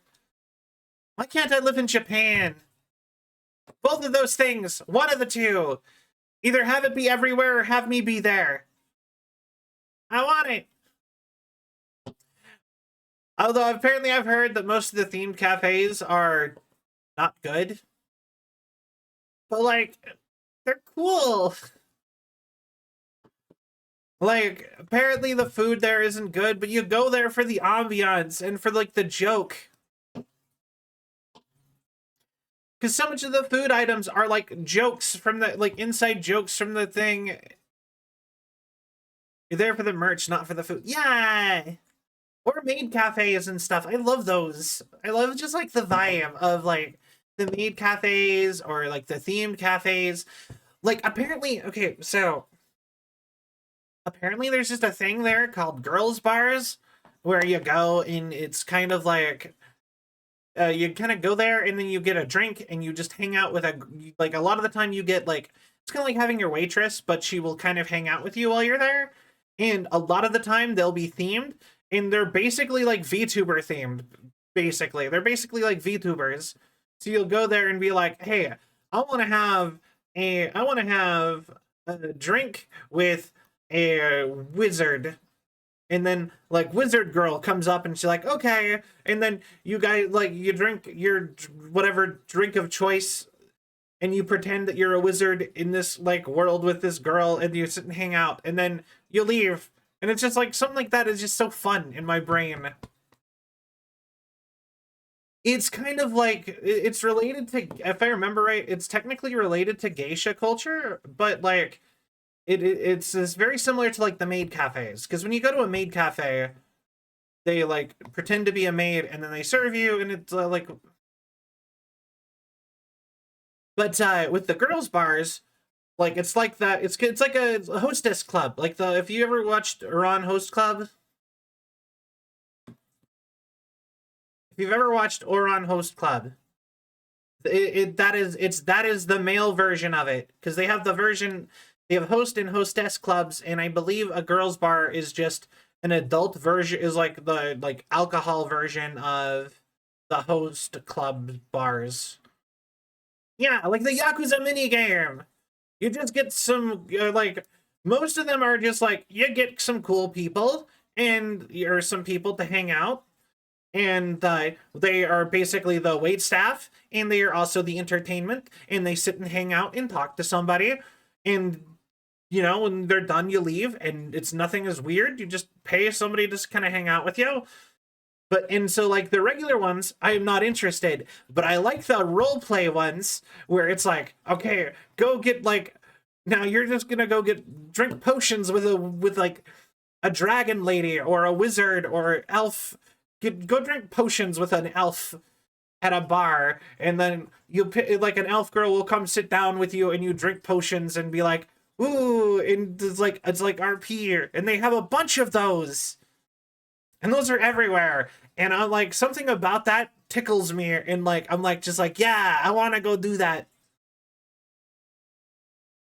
They actually have ones that it's actual VTubers where all the wait staff are using the VTube studio and are anime girls. And they literally just put you across from a screen where somebody is like probably at home, just like, hey, yeah, what's up?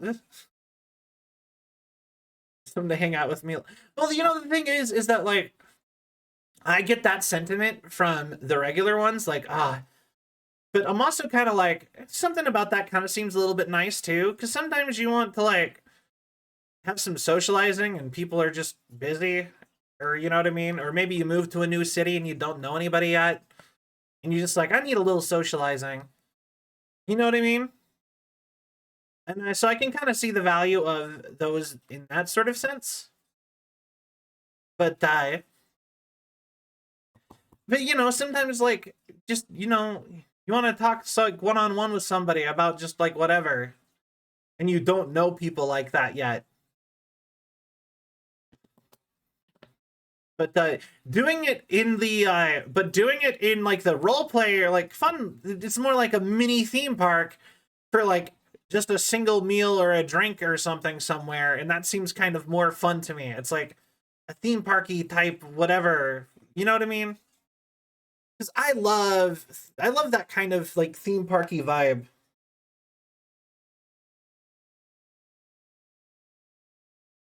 That makes sense. So this from like a bit from a dystopic sci-fi. I mean, fair. It kind of is. I mean, like it can be cool. Like I mean, honestly, like a lot of things are kind of dystopic if you think about it. At least to have it be cool dystopic.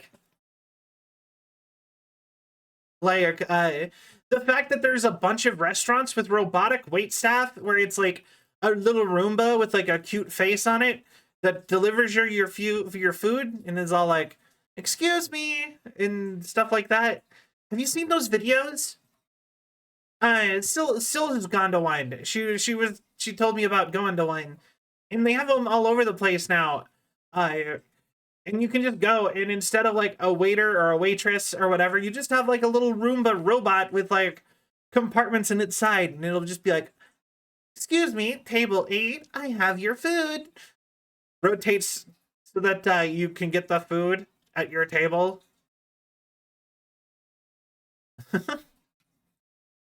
Yeah, no, it is totally cool. Like I'm into it. I like the idea of that. And also, I guess when it comes to like eating out though, at like restaurants, I I hate wait staff if I'm being honest. Cuz like in America, there is no way to get service when you want to. Do you know what do you know what I've genuinely been told if I need like, hey, I really would like another drink, or I would like to order like like I've already eaten my food and we're all just kind of vibing for a little bit, and maybe we wanted to like get like another round of chips or something while we just sat and talked, because some restaurants give you like chips and salsa and just like Sometimes you want like a side of chips or something after everyone ate like tacos and you're just wanting to hang out for like another hour, like half hour, or you know what I mean, right? Just like a little lie. The thing is, because I've done that in big groups before. Yeah, but the thing is that like to get somebody's attention for something like that, you need to the standard thing in America is to make eye contact across the restaurant with your specific waiter and or waitress, and hope they notice you staring at them and decide to come by and see what you want to do. That is what my parents have told me is how you get service in a restaurant. And I'm like, that is dumb. And it just makes me just slowly makes me more annoyed the whole time that they don't notice me. I want to like push a button or turn a light on or something and let people know that they're coming. So I actually really like the robotic wait staff where I can just be like, put an order in on like a computer at the desk and at the table and have it just show up with a cute little robot. That seems so much more like my vibe to me, because I hate having to figure that out. Yeah, exactly. You know, you wouldn't like order. Yeah, exactly. Like a little after meal, like hangout chat thing while you just settle in a little bit more. You'd get drinks or maybe like something like chips or something while you just chit chat. And the thing is that I don't mind the social interaction. If I could just push a button or turn a light on and the waiter would be like, oh, if that light is on, next time I'm free, go check that table. That would be great. I hate the whole like, hey, notice me, please. I mean, my parents are like, you cannot raise your hand. You cannot stop any waitress and ask them to get your wait staff because that goes bad on the your waitress. And I'm like, why? And I'm like, it's part of me almost feels like it's not good service if I have to do that even. But also I hate it when they're like all in my grill the whole time too. Because I've had waiters and wait staffs where apparently I'm too charming, and they decided, hey, I'm gonna sit down at your table and hang out with you, and I'm like, okay. Which is weird that is the exact. I was just talking about how much I would love to go to like a themed bar and sit down and talk to somebody in like a character or something, but like. It's one thing when that's your expectation, and it's another when that's like, when it just suddenly like your wait staff is like, hey, is everything okay? Yeah. Let me tell you about my kids. Yeah, this was not part of the plan. If that happened to me, ain't no way they just sit down with you. No, that doesn't happen often, but it has happened to me on at least 3 different occasions. And so now I'm like, oh God, what if they decide that they just want to hang out? 3 times. Like one time would be quirky and weird, and I would just be like, oh, I'd probably just small talked too close to the sun here. But second time is like, oh, what am I doing? Third time is like, what is going? Why? It wasn't even the same waiter too, or waitress. I'm like, I'm too extroverted for this. You just stop talking, let everyone else at the table talk to the waiter who's decided to be the new member of your gang, I guess.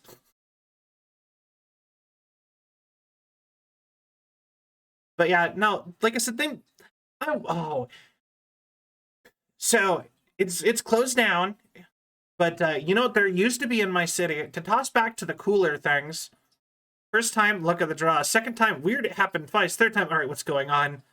This a new thing? Wait, with waitstaff? Are there cameras? Yo, that's awesome, Kit. I'm glad. It's always fun. I love going to new restaurants. I love going to a fancy restaurant. It's always like it's always so nice. Yeah, but toss back to like the fun idea, the themed restaurants. I hate that they all seem to be closing down. None of them seem to be able to stay in business for very long. Like, and that bothers me so bad because, like, they are always, like, my favorite places every single time I go to one. Snails and angler. People eat angler. You can eat anglerfish? Anglerfish. You can eat anglerfish? I didn't even know that that's a thing you could do. You know, I mean, fair. I guess technically you can eat anything. Like, I could eat my microphone if I wanted, but, like, I don't know. It just didn't seem like a thing that you would do. But, what was I saying? Actually, I did go to a restaurant once, and I had chili made out of rattlesnake once. It was interesting to say the least. I would not have been able to tell you it was snake though. Like, to this day, I don't like. I'm like, I ate rattlesnake, but I'm also like, I have no idea what rattlesnake tastes like. It just tasted like chili. Like chili with a slightly weird texture, but chili. So yeah, but yeah.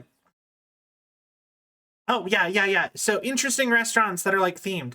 I love like the idea of themed restaurants. I was actually really bummed that when we went to Vegas, I could not talk everyone into going to the Rainforest Cafe.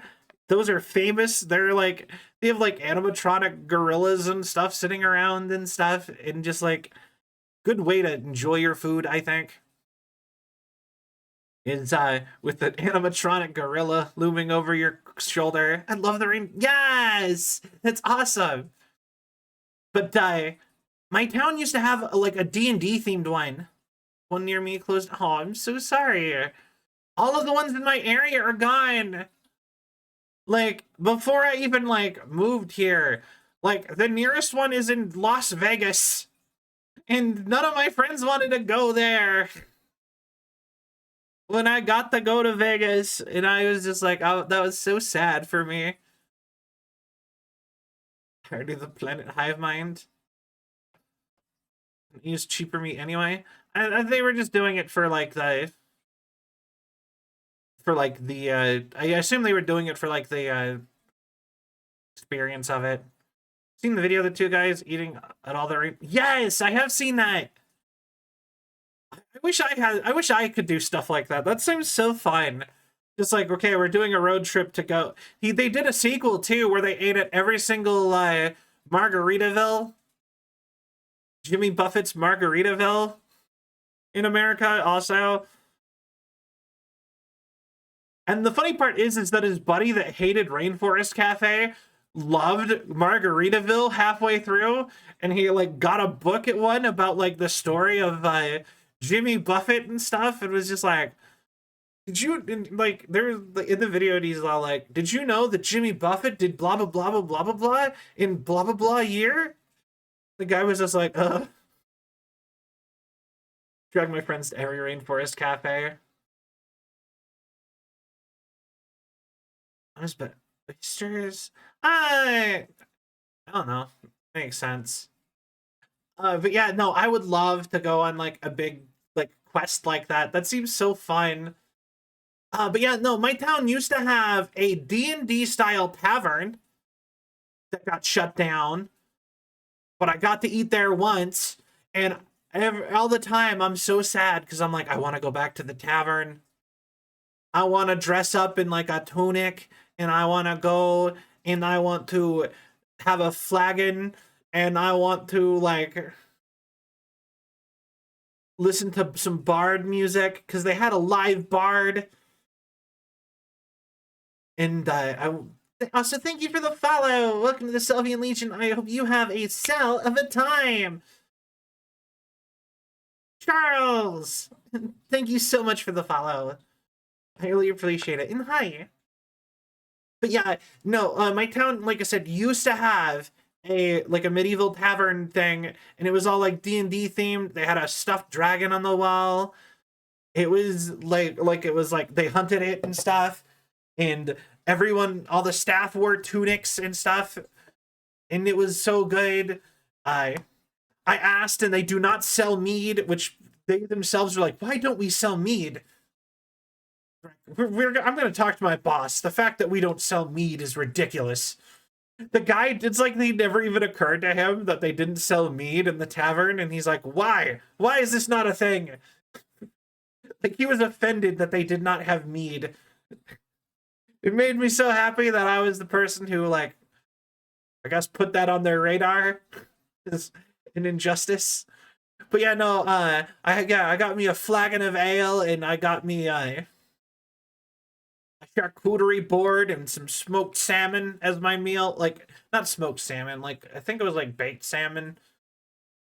So it's just like the thing of baked salmon, like, and it was all like on like wooden plates. So just like some charcuterie snacks and some veggies and fruit and a big thing of bread and some salmon, not smoked salmon though, it was like baked salmon or something. And then I had a big flagon of ale, and I was just like, yes, as hardcore music played, and I sat under the stuffed dragon, and I'm like, I want to live here. And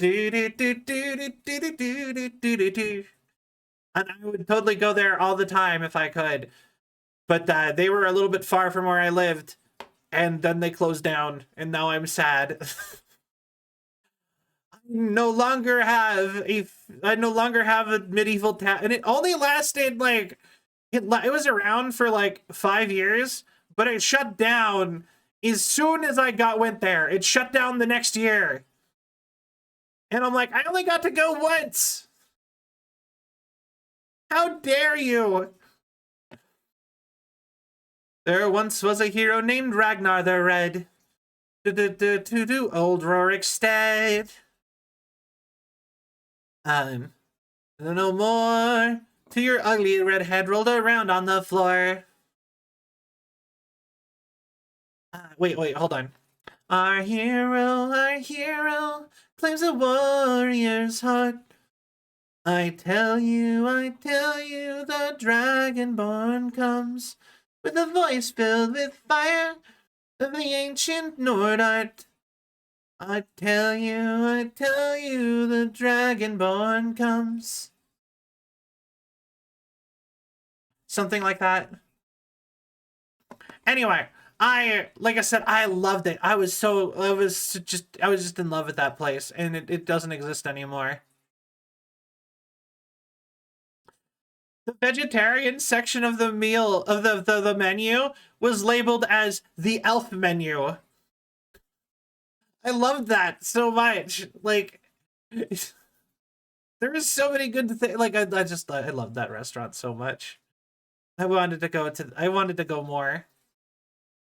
I would have totally been there all the time if I could help it. Genuinely, if I could, I would make a restaurant like that. I would, like, if I had the money, I would open up themed restaurants and cafes and stuff. When I was in San Diego last, we went to a cyberpunk bar. Actually, we actually did go to a cyberpunk like ramen restaurant. You know, it was like a stop. Oh my god, have I posted pictures about that? The maid on the mountain, so lonesome and pale. She's waiting for someone. She's waiting for me. Cause like I was in a big cyberpunk kick not that long ago. And I'm still kind of am, if I'm being honest. Oh god, I never posted it! At least not in the Discord. Okay. Well, that is something we've got to fix then. Yeah, alright. So, I do have a video on my Instagram of my. I do know I have a video on my Instagram because Instagram has a feature where they automatically, if you post more than one picture, they're like, would you like to make this into a slideshow? And I'm like, okay. And then you make it into like a slideshow music video thing. And if you go watch that, I'm not going to normally recommend people go to Instagram because I don't like Facebook, the company. And I barely use it. But there is a video that you can go see it, and I'll post it in the Discord. But yeah, there is a thing that, hey, thank you, Stream Elements, for reading what I'm saying and posting that in an appropriate time. But yeah, after stream today, I will go post all the picture. I will post, maybe not all the pictures, but I'll go post all of the Cyberpunk bar, ramen bar pictures on in the Discord.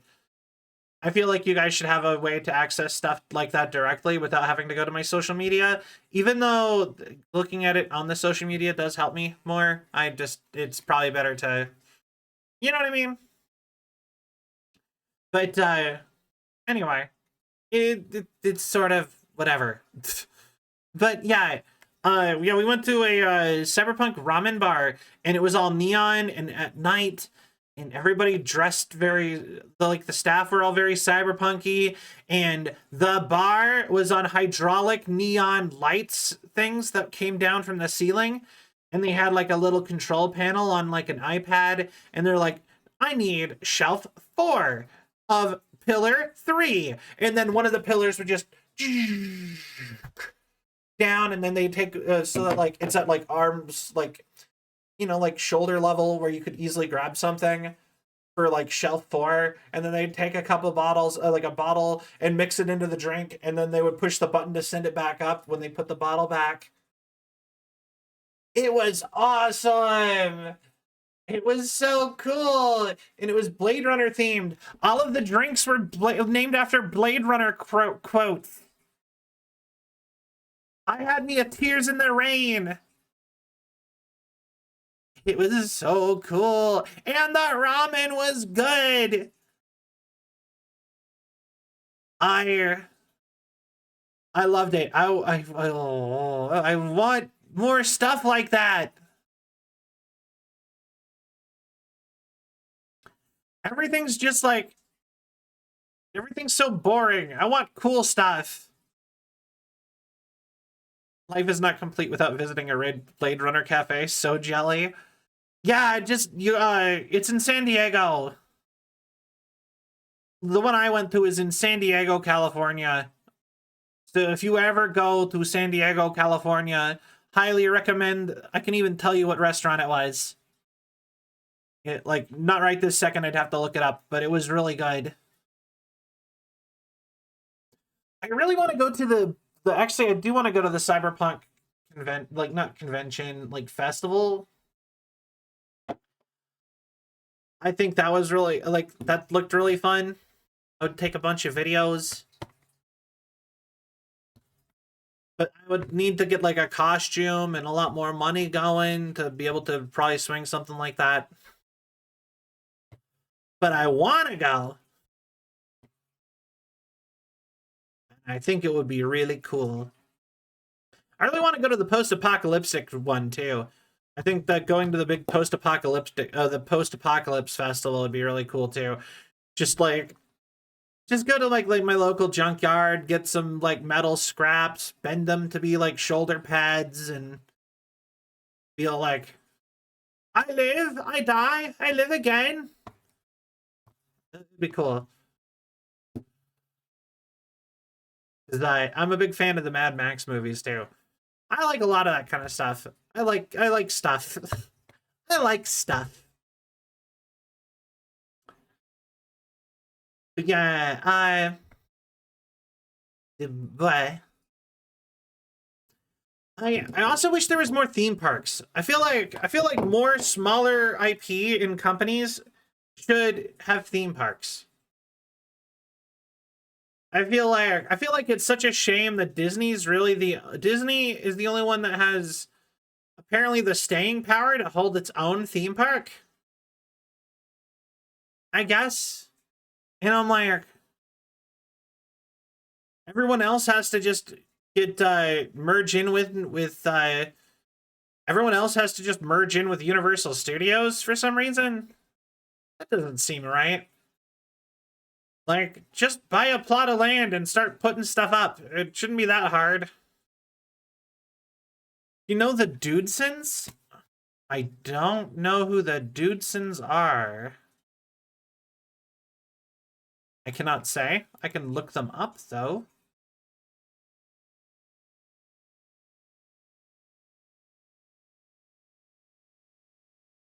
Here.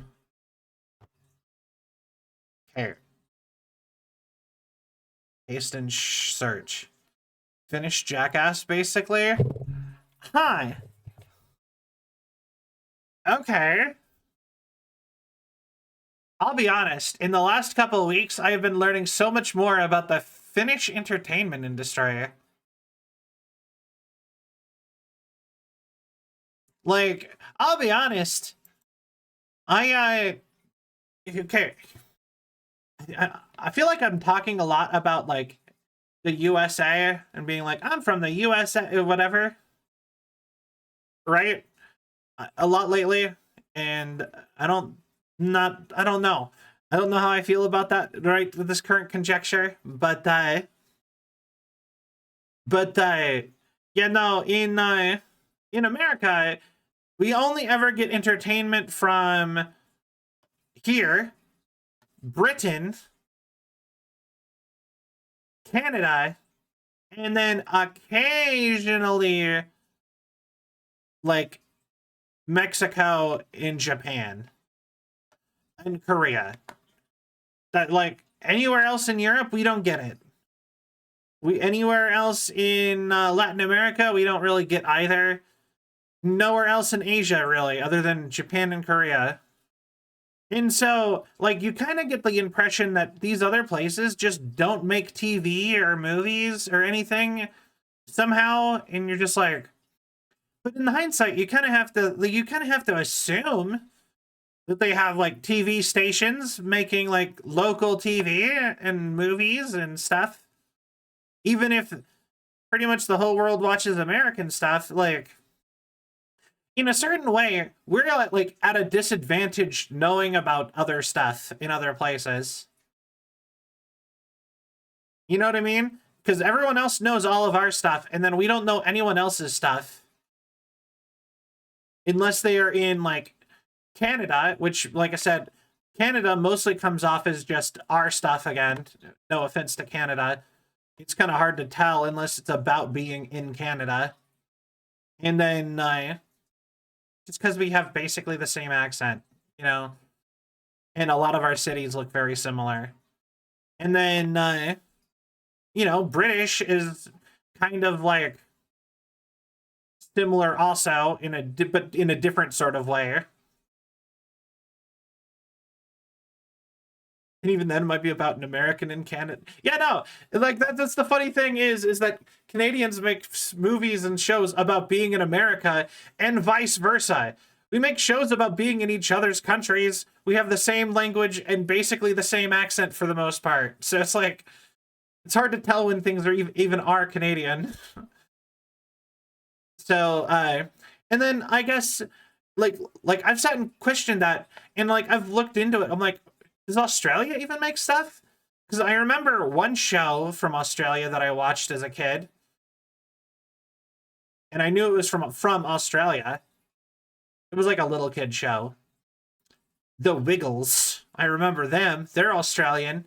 And then I heard Bluey, it was from Australia. And then I'm like, do they make anything else? And I looked it up and I got no results. I couldn't even find anything else. And I'm like, hi. The last time I heard about the Wiggles is when they did the adults only pub tour of all of their songs from their TV show. And apparently that it sold out, and they did a tour of both Australia and America where they just played, like, hot potato or whatever in, like, bars. And I just think that is, like, the funniest thing I have ever heard, and I love it. I kind of just want to see what kind of people show up to something like that. That's just such a funny concept to me. But yeah, uh, yeah, no, like I don't know. Like I said, the only type of shows we ever like when we get anime, and anime happened because essentially we were paying Japanese studios to animate our cartoons back in the 80s and 90s. And a bunch of executives are like, wait, if they're already animating it, why don't we just pay the companies that are animating our cartoons to just turn their cartoons into English and put them on TV here to fill in time gaps for stuff we don't have writers for. So that we don't have that's how we got Japanese cartoons or anime. Like genuinely, that's the reason like anyone knows anime in America is entirely just like, I guess, laziness of people not wanting to hire another studio or like showrunner.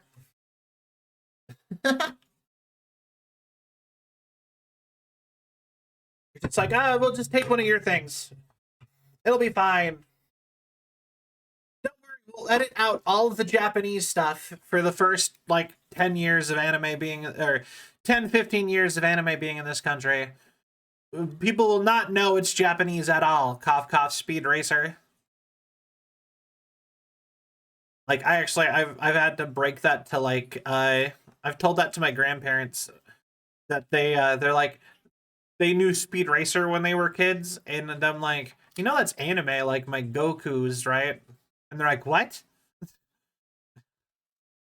The donuts are great. Jelly-filled ones are my favorite. I turned my trusty frying pan into a drying pan. Whenever they have a character from Finland in a show, they are always named Suomi, which means it's just Finland in Finnish. That's kind of great. It'd be like if everybody was just like a myth. I can think of multiple shows that have characters that are just like American whatever. So just like, it's American Johnny. I can think of like 3 shows with a character that's just American blah blah blah, or America whatever. It's America Tom. So it just makes me think of that. It's America Joe. And I in hindsight, I wonder if those are actually like, I wonder like where those shows are from. I could just think of like a live action show, and I could think of 2 cartoons where they have a character with a name like that. And I'm pretty sure the characters are anime. Speaking of oh yeah. Double points if the character is femme. Actually, yeah. Do you refer to your country with female pronouns or male pronouns? Apparently, there's like a big divide on like language, and it's like super random whether or not. So like, we do not use pronouns, or no? Okay, hold on. Do you refer to your country femininely or masculinely? Because apparently there is like a whole thing with that. The country as a lady, though. Okay. Because yeah, because okay, so Finland, it would be. Have you ever heard of like Country Ball or Country Humans? Like a lot of it is just jokes about country stereotypes and stuff made by countries, and it's kind of just funny little comics or whatever. But like I said, I like the Country Humans ones where it's just like people went out of their way to research like what was this country referred to their own country as, feminine or masculine, and then there's like that's how they determine stuff. I always think that that's so interesting. By the way, you two have made my second largest audience group Finnish now, according to my Twitch statistics. And I find that incredibly entertaining, because I assume it's gotta be mostly you two making that such a high percentage. But I think it's really funny, just because it's just like a guy. It's just like your audience is like, it's like 80% American, 10% Finnish, 5% other English speaking languages, 5% other. And you're just like, huh. Something about that is just funny to me. There's a third one lurking about. Apparently. It's like I said, I just like I never would have guessed that that would be like like such a burgeoning audience for my content would be the Finnish company, would be like Finnish people. Like, yeah, that's the country I appeal to the most. Finland. Not anything against Finland, it's just it's a very unexpected country to like have my like appeal be directed towards. Highly entertaining to the Finnish mind. It was Alan Wake that summoned us. I mean, what, do you guys want me to play more Finnish games? I can look up more Finnish. What other games are made in Finland? Games made by Finnish developers. Alright, video games developed in Finland. Alan Wake. Angry Birds? I could play Angry Birds, I guess.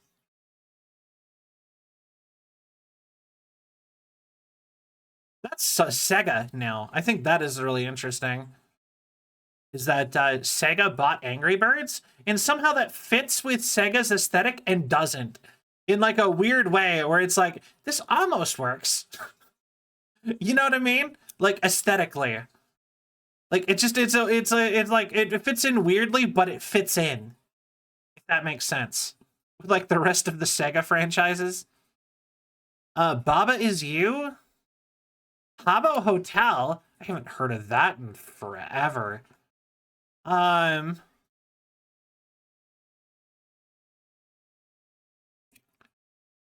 Cruelty Squad.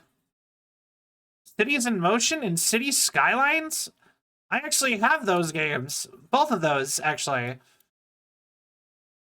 Clash of Clans? Ew, I hate Clash of Clans. Control. Oh, hey! That Dead Nation game! Me and Sil actually talked about playing that at one point. Need for Speed Carbon? Wait, that's actually one of the better Need for Speed games. Hell yeah. The Trials franchise? Max Payne, obviously. Legends of Grimrock. Lucius. Fear and Hunger. I think I've heard of that. Is that the one I'm thinking of? It is. Yeah, I've heard of that game.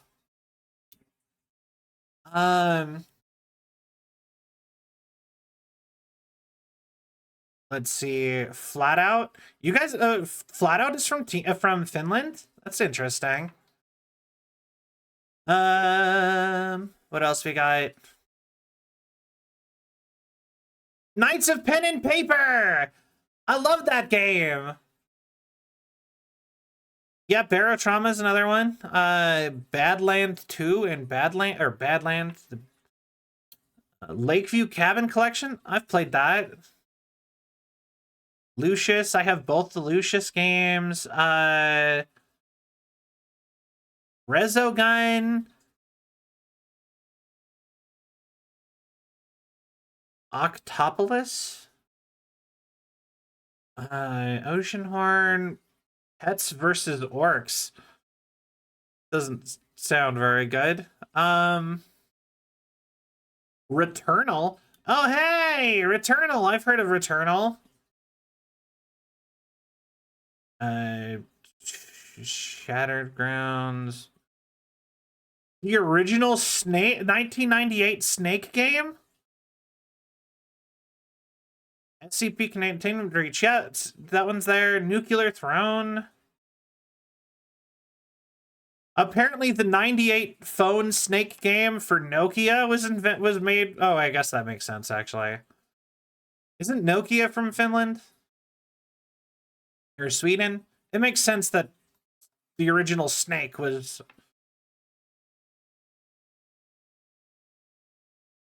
South Park Phone Destroyer? I actually played that. I was a big fan of the South Park RPGs. Yeah,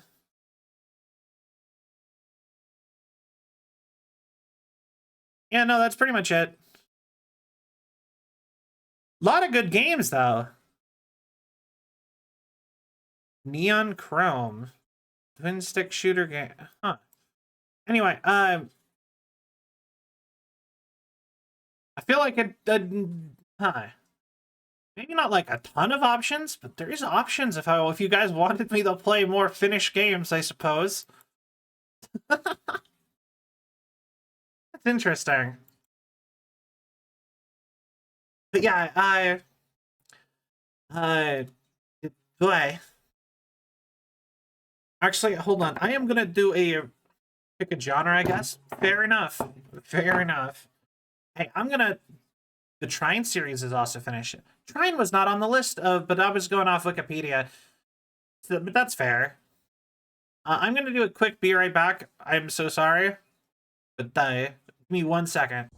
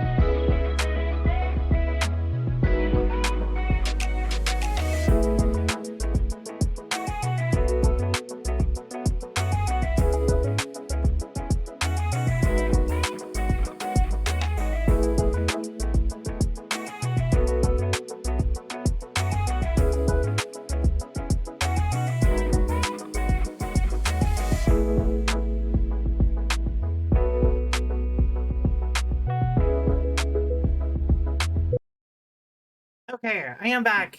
Hello. That's an early FPS mod made by a Finnish. I can't remember off the top of my head. No, it is, like I said, it's really interesting. It's like they never advertise where things are from a lot of the time. Cause like it's like interesting because like I know a lot of games are probably made in just Europe in general.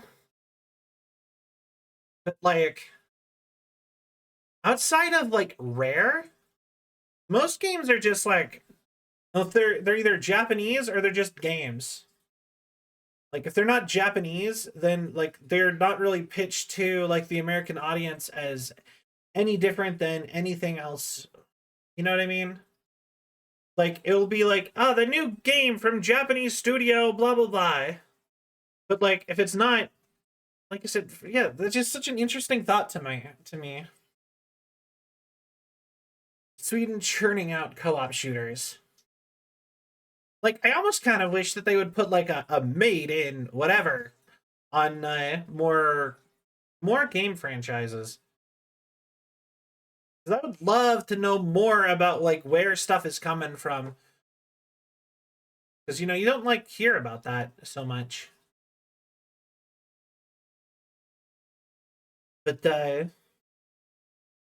yeah. Howdy, Mr. Jiggle. Welcome in. How are you?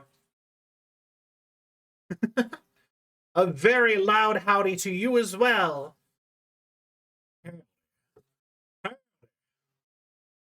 Anyway, no worries. At one point with this stream, I actually was like, maybe I'll switch over to driving is hard. But instead, I'm kind of enjoying just doing some just chatting. I'm having fun so far. Playing some abiotic factor with some friends, and the PTT key is caps lock. Ah, fair. I use the F1 keys mostly for all of my stuff. And that is mostly a good way to be. I kind of wish I had more programmable buttons for stuff. Like okay, so I have a Stream Deck, which is like a big collection of buttons for which is like a big collection of buttons for like streaming. And it has a connection for like VTube Studio. So you would think, oh, can I like maybe program it to change like my background? And they're like, no. And I'm like, I think that's so frustrating. The only thing that like works on it is like model changes. Or like maybe it's just I'm not programming it right or something. I was having such a hard time programming any of my Stream Deck buttons to do the things that I wanted outside of like OBS. Looking to setting up one of my pedals as a push to talk to Kate. That'd be pretty great. Or Kelly, or good look for the Perkellys that are always get through somewhere. Perkel.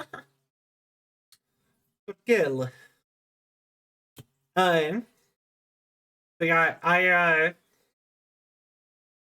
yeah, all my stuff is breaking lately. I need to like, I guess, figure out something with that. I used to have a big arm that I had my camera for my phone camera for the tracking on. PC needs a restart. The thing is that I've noticed this stuck looking left thing before. It's not always, but it is sometimes a thing. As much as it bothers me. But on regular streams. But it's never so bad when I'm not in the center of the screen. But it's very noticeable to me now that it's like this. And I used to have like my camera on a big arm, but then the metal of the arm of like the stuff that all the like the stuff that held the phone up snapped somehow. The like bolt of it snapped. And I guess that's what I get for buying like I guess cheap things off of Amazon.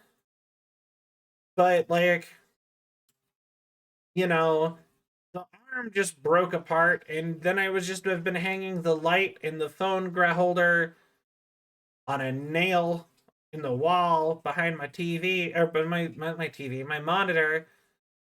And maybe it's something to do with how my monitor is set up, or not my monitor, how the camera is placed or something. I don't know. Or it could be something wrong with my program. I need to go like through and like trouble. I need to go mess with stuff more often when I'm not live.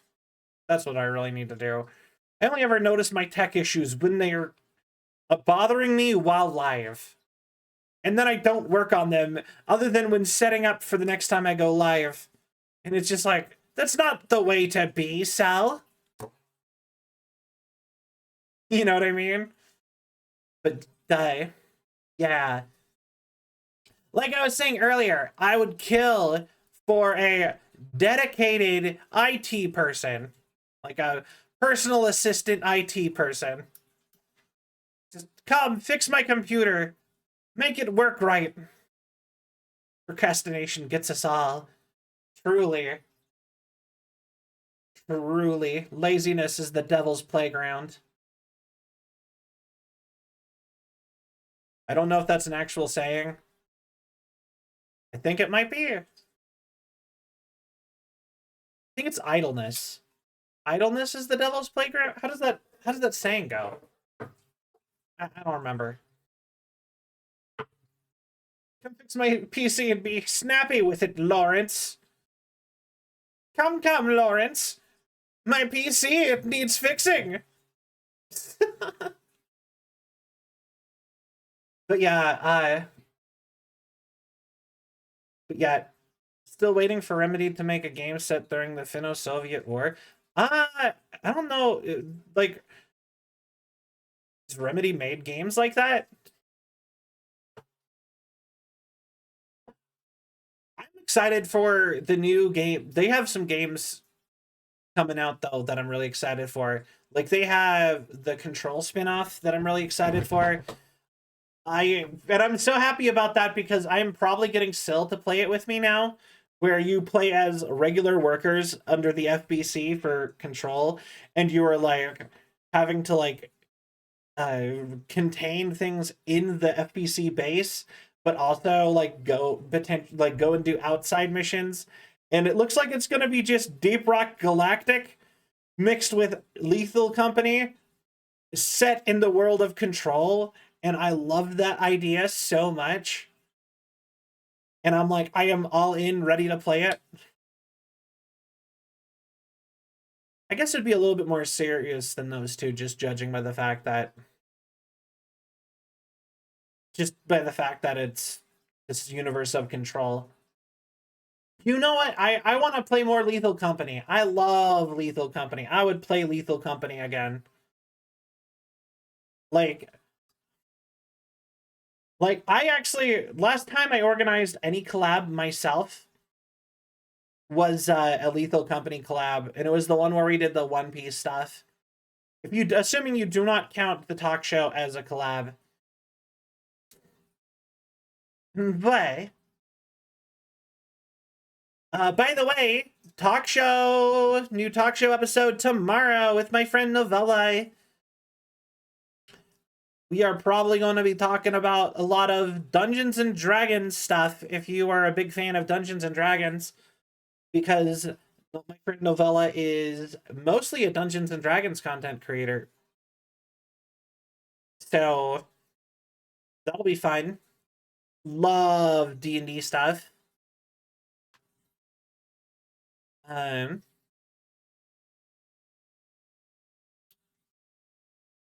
Snap. But yeah, a lot of D&D talk will be tomorrow. Bye. Oh, I'm glad. I'm glad you like the boy. Apparently, so funny thing about the boy, I actually got that from another streamer because I thought it was really cute, and I started doing the boys, and then now it has become like a center thing for me too, and I do the boys very differently than how they do their boys, and now I have apparently started other streamers into doing boy. So apparently boy is just infective. It's infectious. You might be getting the boy too. Who knows?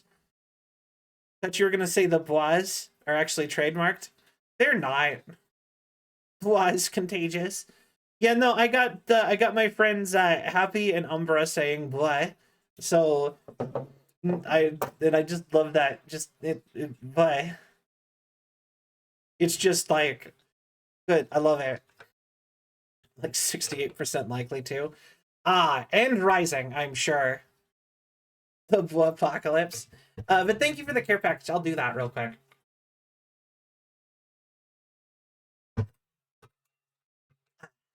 Hydrate, posture check. Actually, I noticed when I slid down in my seat better, I sit facing forward a little bit more. So I might actually not posture check. I might stick with my weird shrimped position a little bit, but I will do stretches. Okay. Y'all shrimped up a little. Downward shrimped up. Like slid down in my chair slightly. Oh, also, what's happening? Also, I am finally wearing the programming socks as was gifted to me on Throne. So I am finally wearing them, and they fit. Which buying things like that from Amazon generally does not fit me very well. So, haha! Programming socks, woo! Yeah, so I'm not wearing the white stripy ones. I got the purple and black stripy ones on. but I am wearing the purple and black stripy socks on. So, yeah. I would offer to post pictures, but I don't want to do that. At least not right now. Maybe I'll make that a thing. Like purple and black. I have the same pair. Yeah, probably. They're like kind of almost more like lavender and black, honestly. But yeah, they're cute. I like them. Only if you want to. Yeah, if I was to post picture of like I would have that as like a reward or something. I gotta save some things like that for like if I ever have a subathon as a possible reward. You know what I mean? You gotta save it for a special occasion because I like the idea of I'm not really like a face streamer person. I don't want to do that no more. I think it's not as fun or as cool. Are they comfy? They're pretty comfy. Not as comfy as the thigh highs I have, but they are comfy. Gotta make sure chat pays for a reward. Yay! Per se, but they're almost programming socks, just too short. Fair. Maybe we need to get you some then. Hey Vax. Honestly, they were really cheap. They were like $14 for like a like a 6-pack of them. So like that's actually a pretty solid deal. I got the black and purple one, like black and lavender ones. I've got white and pink, black and gray, lavender and white, green and white, and light blue and white. They're cute. I like them. What is leopard printish? Yeah, we did the I did a hand stream. I'm actually okay with doing like the hand stuff. That's fine. That sounded weird. Don't quote that under context. But yeah, no, I'm fine doing like hand cams. That doesn't bother me as much. Like it's more just like taking IRL pictures of me. But yeah, no, if I ever get like some Gunpla models, I kind of want to try making Gunpla and doing a Gunpla stream.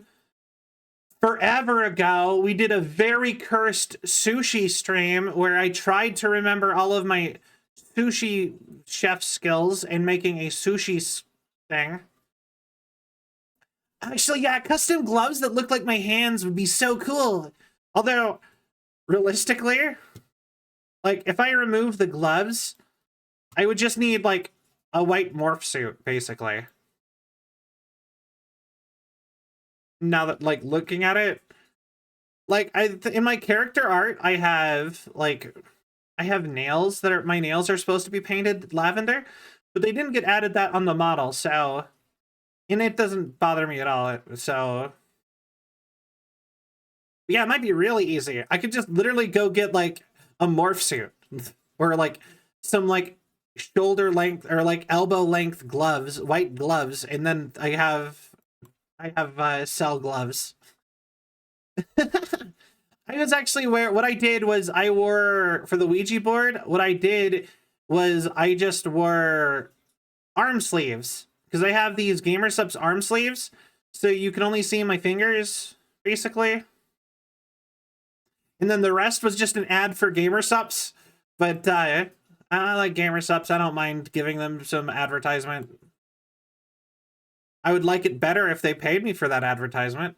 And I had like a cool partnership and I could be all like, hey, go put in code Selvion at GamerSupps and get 10% off. And then if you guys sell enough, I could get a flavor maybe. That would be cool. But, you know, I don't mind giving them some free advertisement.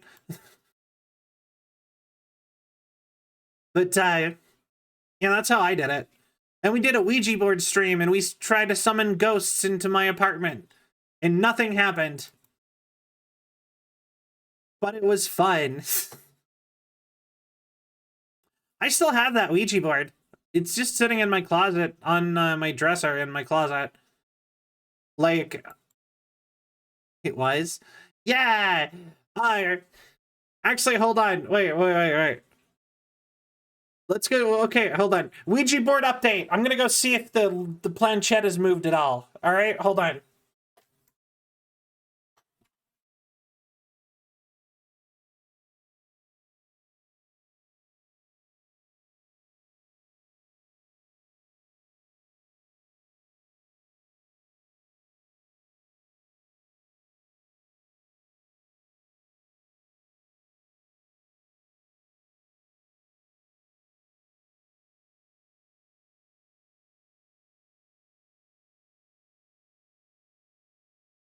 Okay. Ouija board update. Does the number 4 mean anything to any of you? Because it went from the center to the number 4. But I also set something on top of it, so it might have been because of that. And I totally forgot I did that. I think that's the number of death in Japan. Oh no! I'm gonna die in Japan?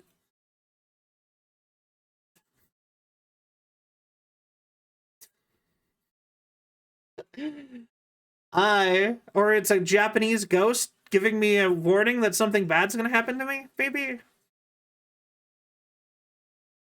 That would be a, that'd be interesting also, actually. Just like, just like some ancient samurai just being like, I'll get you, robot. How dare you? How dare you like anime? The word for is also the word for poem in Japanese. Oh, that's kind of cool. I did not know that. She. 1,2,3,4,5,6,7,8,9,1,2,3. 1,2,3,4. Also, if I remember right, a bunch of the characters who are evil in anime will have a she is part of their laugh. Especially in One Piece. I know that, like, one of the main bad guys has a she in his laugh, and it's supposed to be a, oh no, he's evil. His laughs have a she. You dare summon the mighty Oda Nobunaga? Honestly, I think the dude's really cool. I like his history. I mean, I get that it's a problem for, like, a lot of people in Japan think he was really messed up, but, like, as an outsider, I think it's super interesting and neat.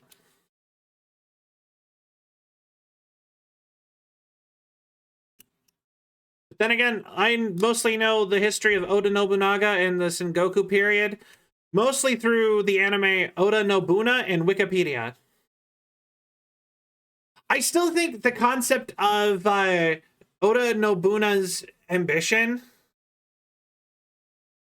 is so fascinating to me, because they literally took one of their biggest historical figures and were just like, and like, not even just one of them, all of them, of like their biggest historical figure, took all the other figures of that time period, made them all attractive anime waifus, and they're like, you should love them.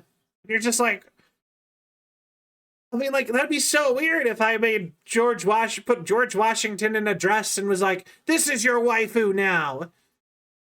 Like, in America, people would be like, that's a real person. Why are you, what the fuck? But in Japan, it's just like, okay, it's anime. And just something about that is hilarious to me.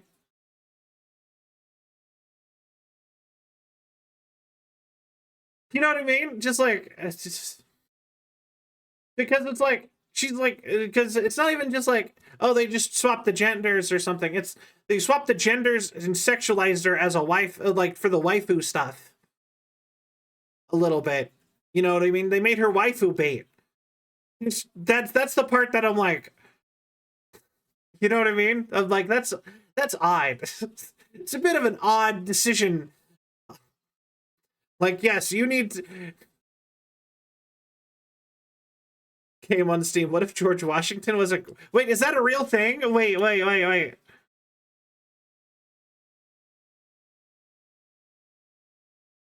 If that is real, I'm playing that on the next 4th of July.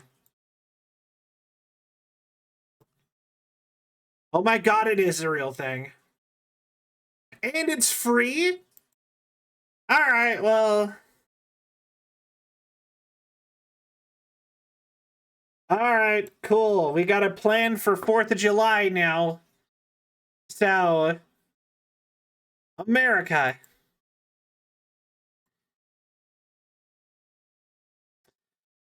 Ah. Not sure how I feel about that, but... Alright. Finally, something worth celebrating. Land of the truly free, damn it. Free to simp over the founding fathers like they intended. Probably.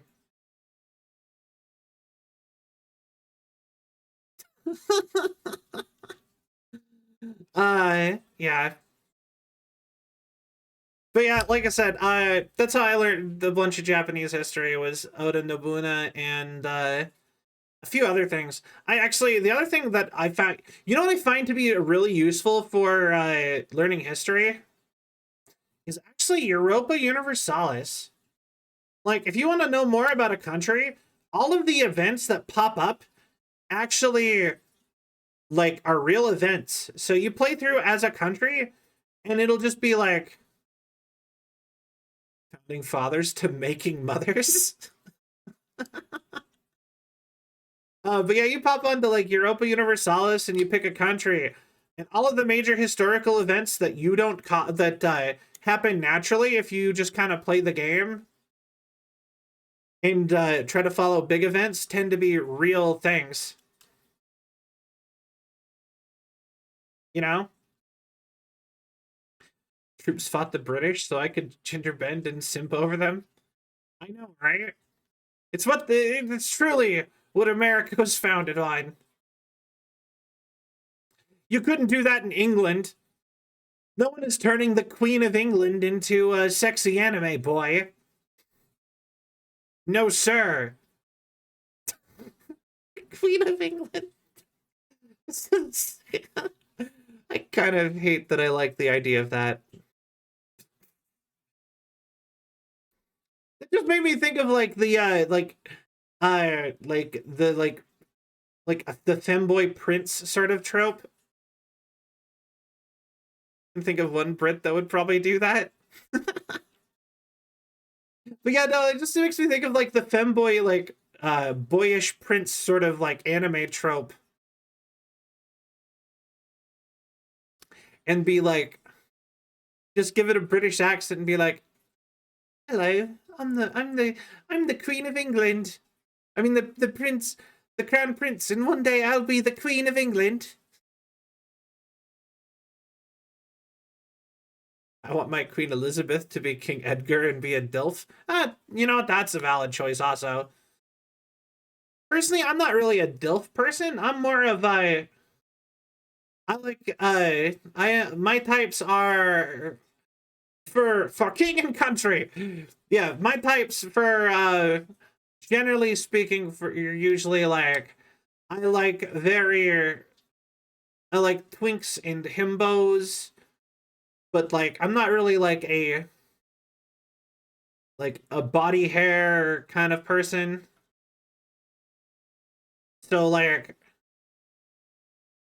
I don't know. I associate like that kind of stuff with DILF. With that sort of a vibe, if that makes sense.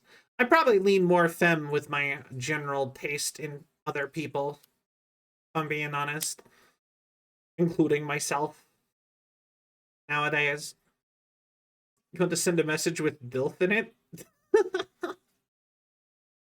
That's hilarious. Can't find any real artwork of Queen Elizabeth as an anime man. Internet let us down this time. Ah, what a shame.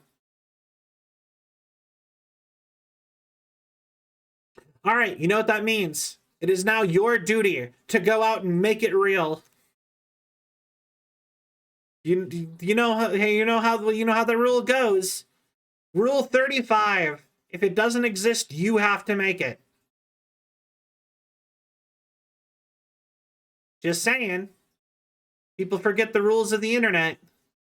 If you discover an exception to Rule 34 or Rule 69 or 65, whatever the one is, the gender swap one, it is your duty to make it. So, get to it, I guess, then, guys.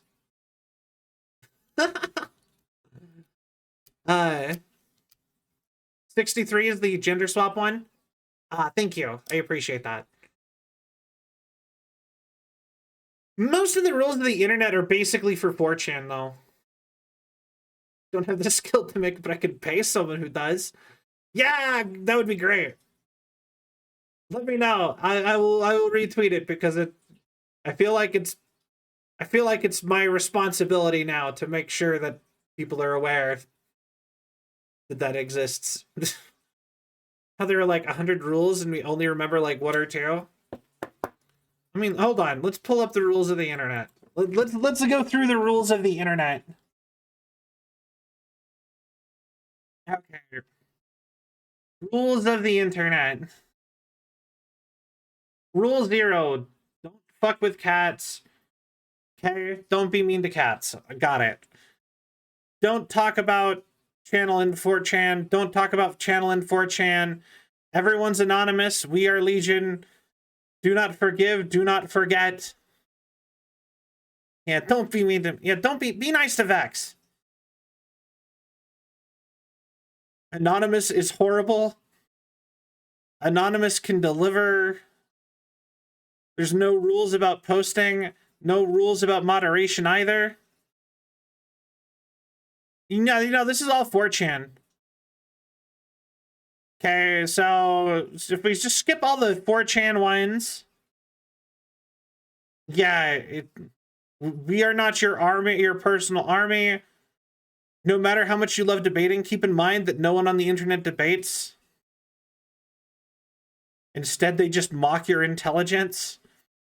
Anything you say can and will be used against you. Anything you say can and will be turned into something else. Don't argue with trolls. It means they've won. The harder you tried, the harder you failed. If you fail in epic proportions, it may just become a winning failure. Every win fails eventually. Everything that can be labeled can be hated. The more you hate it, the stronger it gets. Nothing is to be taken seriously. This is so cringe. What is this, the Riot Act? These are the rules of the internet, apparently. Original content is original only for a few seconds before it's no longer original. Copy pasta is made to ruin every last bit of originality of the source. And copy pasta is made to ruin every last bit of originality, period. Every post is always a repost of a repost. Yeah, no, right? Relation to the original topic decreases with every single post. Any topic can be turned into something totally unrelated. Any question a person's sexual... always question a person's sexual preferences without any reason. That one's kind of funny. Actually. Hey, you know, I really think that this girl is cute. Oh, you must be gay. What? These are cringe. Always question a person's gender, just in case they're lying. That one's kind of fucked up, actually. On the internet, men are men. Everyone on the internet, men are men, women are also men, and the kids are all FBI agents. Okay, gonna skip over that one. Girls do not exist on the internet. Yeah, see, I told you, this is like cringe. This is like 4chan whatever stuff. Rule 31, tits or get the fuck out. Okay. 32, you have pictures to prove your statements. Anything can be explained with a picture. Rule 33, lurk more. It's never enough. You all know the next one. Rule 35, if something doesn't exist, it is now your duty to make it. Number 36, no matter how messed up it was, There's always something worse on the internet. No one on the internet is a... Yeah, I know, right? Like, what are they expecting with that one? Lieutenant, are you part of the homosexual underground? What? Okay, you cannot divide by 0, even if your calculator says you can. No real limits of any kind apply. Not even the sky. That's lame. Caps lock is cruise control for cool. Even with cruise control, you still have to steer. What does that even mean? Desu isn't funny. It's worse than Chuck Norris jokes. Nothing is sacred.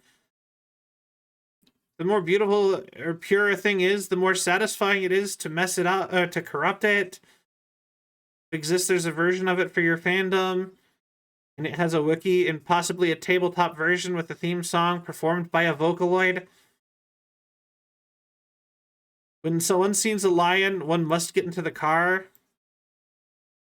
You know, these are so cringe. I'm like...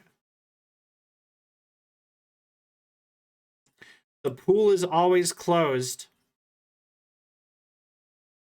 That's apparently a Habbo Hotel reference. Funny enough, considering we were talking about Habbo Hotel earlier. The internet is serious business. 48 is about pa as Henya would say. So we're gonna skip that one. No matter what it is, somebody is into it. Rule 49.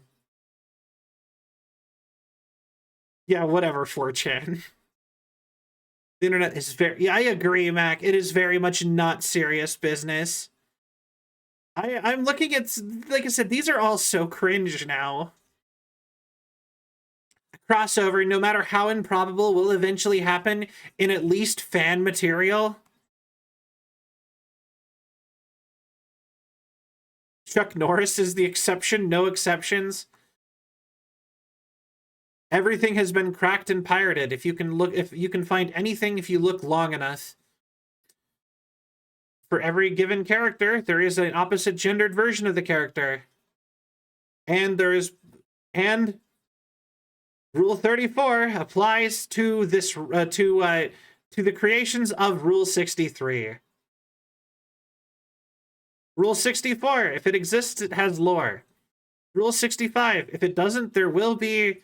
The longer the lore around something is, the weirder it gets. Some of these actually do kind of make sense, though.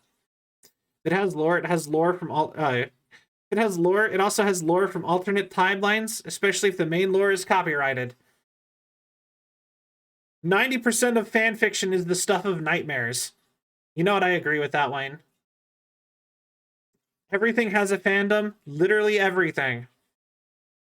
Rule 69. Nice. That's the actual rule. It's just nice. Rule 70. Do not talk about the 100-meter get failure? What does that mean? Nice. If a song exists, there's a Megalovania version of it. Rule 77. The internet makes you stupid. Rule 78. If something is popular, there's brain rot about it. Rule 79. If something is popular, there's no brain rot, and there's no brain rot of it. It'll be coming soon. And Rule 80. I'm not going to talk about Rule 80. Yeah, that's all the rules of the internet. They're cringe. Yeah, I can see why we don't remember most of these. No, they are not. Technically, Megalovania is older than... to be fair, Megalovania is way older than Undertale. Megalovania actually stems from Homestuck. So, I would not be shocked about that one. It's De Nouveau DRM, and they are literally 2 people on the internet who are publicly known to be able to crack it. I mean, yeah, but somebody can crack it. serious the bacon narwhals at midnight, milady vibes? Oh, 100%. Cannot stop us. Mom, are my chicken tenders ready? Yeah, no, it's... Yeah, no, I don't know. Like I said, it's cringe. But then again, I don't know. I'm not a fan. Like, 4chan is mostly cringe, to be fair. Like, you know, like I like not all of it. Like, there's some good stuff that I've gotten out of it before. I've never gone onto that website, but I mean, like, I've had people show me stuff from it that was like funny or whatever. But like, I don't think anyone should. I'm shocked that website's allowed to stay up with some of the stuff I've heard also. And those rules in particular, like I said, they're very outdated. They're like internet from like 15 years ago at this point. 4chan is 80% cringe, 15% highly disturbing, and 5% pretty funny content. Yeah, that sounds about right. Sky's Rim belongs to the Nords. Yeah, alright. So, we did that. Sky... Hold on.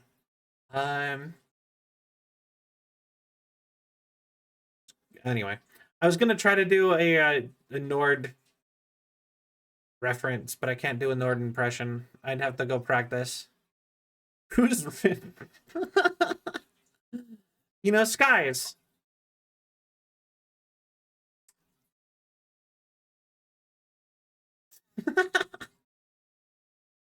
The denizens are not to be underestimated when they unite under a common cause. I mean, like I said, like I don't diss on it. Like I will say, like a lot of their, I'm not gonna diss on it currently. I haven't been on in forever. I have gone on to 4chan before, but like I don't frequent that site for a lot of good reasons, I think. I will say I am scared of that website. Like, that website is terrifying to me. But like I think I don't know. They can do their thing. I don't really want to like to be fair, the rules of the internet are from like 15 years ago. That's from like 2010. Maybe even like the 2009 or something. I mean, we could look that up too if you guys want. When did the rules of the internet created? 2006. I think something created in 2006 can be called cringe without it being a statement of war against one of the scariest groups on the internet. Right? Probably. 2010 was 15 years ago, Sally. My heart doesn't like it. I feel you. Actually, weirdly enough, saying like my brain has wrapped around saying that 2010 was 10 years ago, but like anything more than that starts to bother me. And I'm like, oh yeah, no, I don't like thinking of it as a decade ago even. Like, if I think about it in any other context of like, oh, that was like 10 years ago, then it's like, where was I 10 years ago? Age, time is happening. Make it stop. I wish life was like a cartoon and everyone just stayed approximately the same age forever. Until it's like, basically, if you just chose not to celebrate a birthday, you never aged up, basically.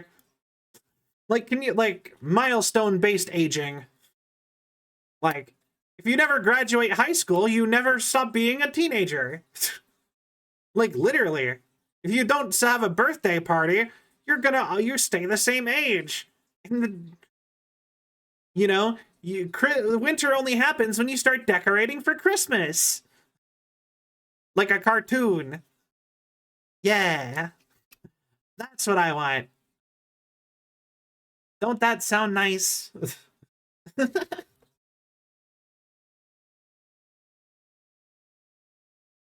Ugh.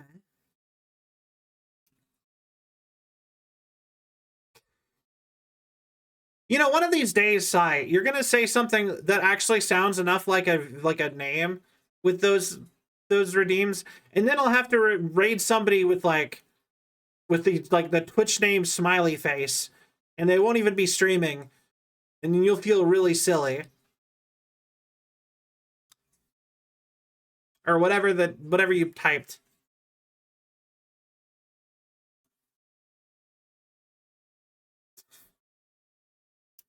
I'll call your bluff one of these days. I'm tired, Grandpa. That's too damn bad.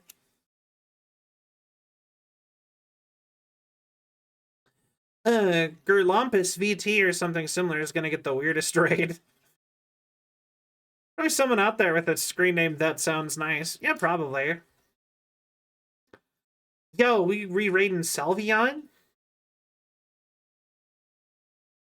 Oh, so funny thing. Back in August, or maybe just before August, I changed my name from Say1Vion, CE1VION, to Selvion VT, because everybody kept saying my name wrong. And I'm like, I want people to get that it's Selvion, or even Kelvion, and stop trying to call me Kelvin and Savion. At least Kelvion and Selvion are pretty close. Or Selvion's correct. It's more than pretty close. It's correct, and Kelvion is pretty close, I guess. But it is in fact an account on Twitch. That's great. But yeah, so I changed it to Selvion VT, and on my phone, when I do use Twitch, all of my emotes in the predicted emotes are still stuck on Say1Vion, and it has been months. I have been trying so hard to like get it to switch over, and it just won't. And I'm like, Twitch, please let me like clear my predictive emotes. And they still show up as emotes until I send it. So I'll be like, huh, Selvion, like laughing Selvion emote. And it'll just be like, Savio laugh. And I'm just like, no. The embarrassment. Kelvion is a air conditioning company. Apparently. Only the L was a 1, Raffle.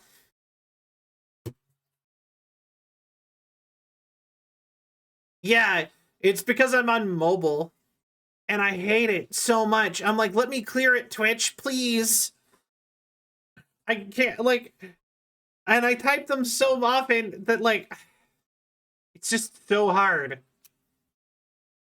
I'm actually half thinking I need to just start typing the emote out to get it into my predictive instead, because I feel like that'd be easier for me to remember to type Selvio laugh than it is to type than it is for me to remember not to tap the predictive emotes or whatever at the top that still show the emote, even though that's not emote anymore.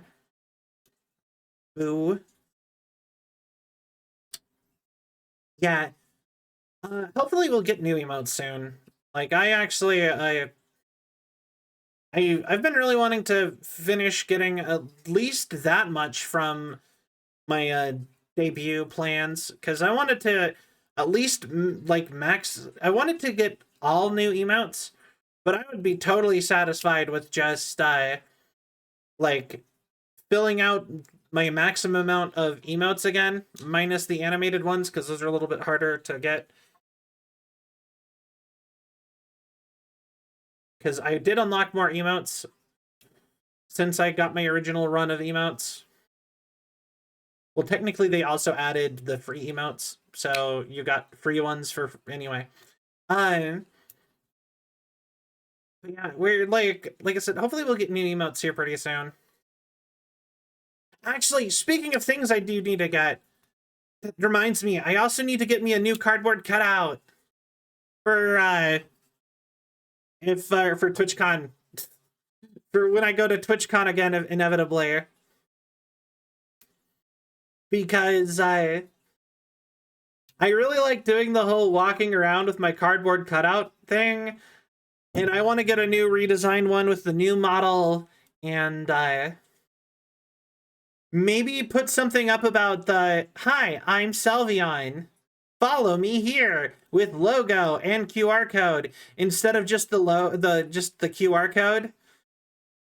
Because yeah, last time that was a lot of people were like, I just thought it was your waifu. I got a lot of comments on that, and I'm like, no, it's me. I'm a VTuber.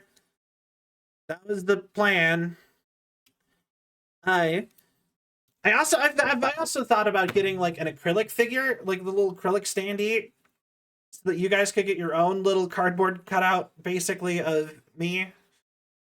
Because that was apparently a really requested merch item when I put it up for requests when I was doing the re-debut stuff and setting up the merch store.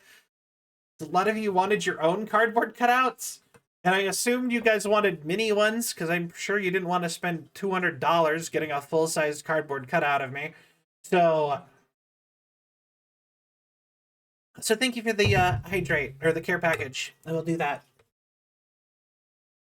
And I thought about just doing like the little acrylic standee so that I can be like, haha, here you go. And I could just take pictures of it like that way. But yeah. My last 3K. Why did you spend all your 3Ks that way? That's what I want to know. You know what? Double-sized cardboard cutout? That'd be funny. Actually, you know, we should just hit up Tobin and get him to make me like a 20-foot tall Salvion, like he did with Iron Mouse and them. Have you guys seen? I think his name is Tobin Jacobs, right? Is that his correct name? Tobin Jacobs. That's not getting any results. Hold on. Tobin Jacobs.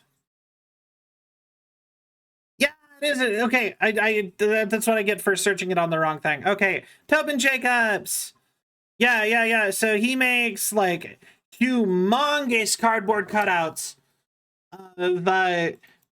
of various anime characters and also VTubers specifically. Like, if you pop onto his Instagram right now, his most recent one is... So, he has a lot of Sayaka Maizano.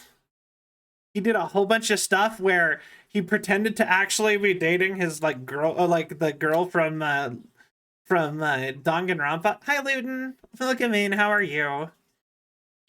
But he also has, like, a 20-foot tall Mori Calliope.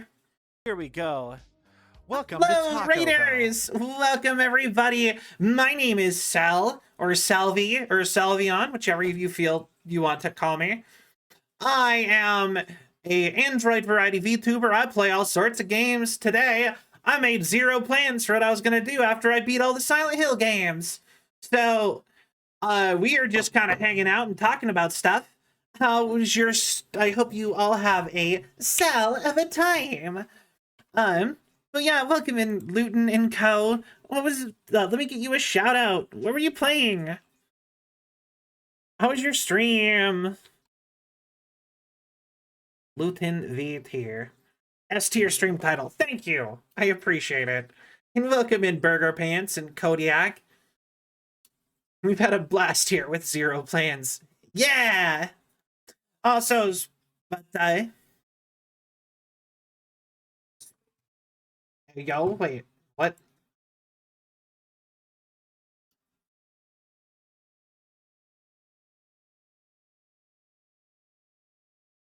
Yep.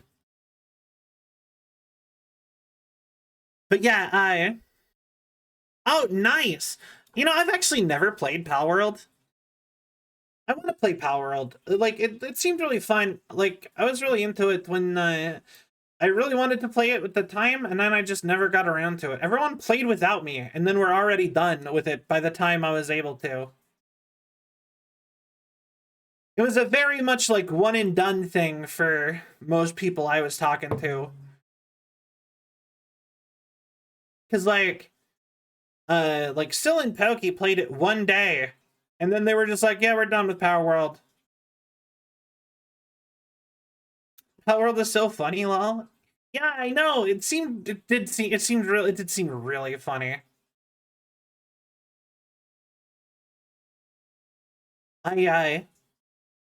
I really wanted, like I said, I really wanted to get into it. It seemed really fun. But I just never got into it. Hold on 1 second. It's like 1 year old and there's a lot of room for improvement. Very fun though. Well, good. Good to hear.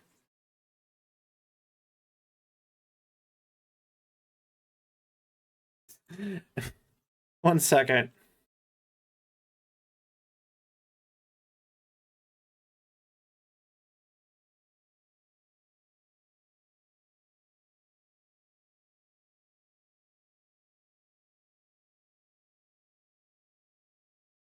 Bye if you want.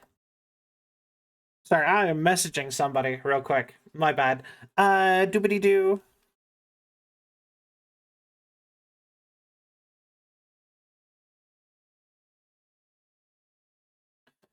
Also, that person is Luton. Just for the record. Luton was DMing me, and I am messaging them back.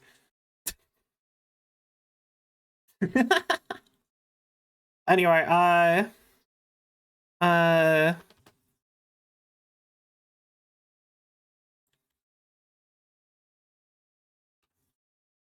if you want.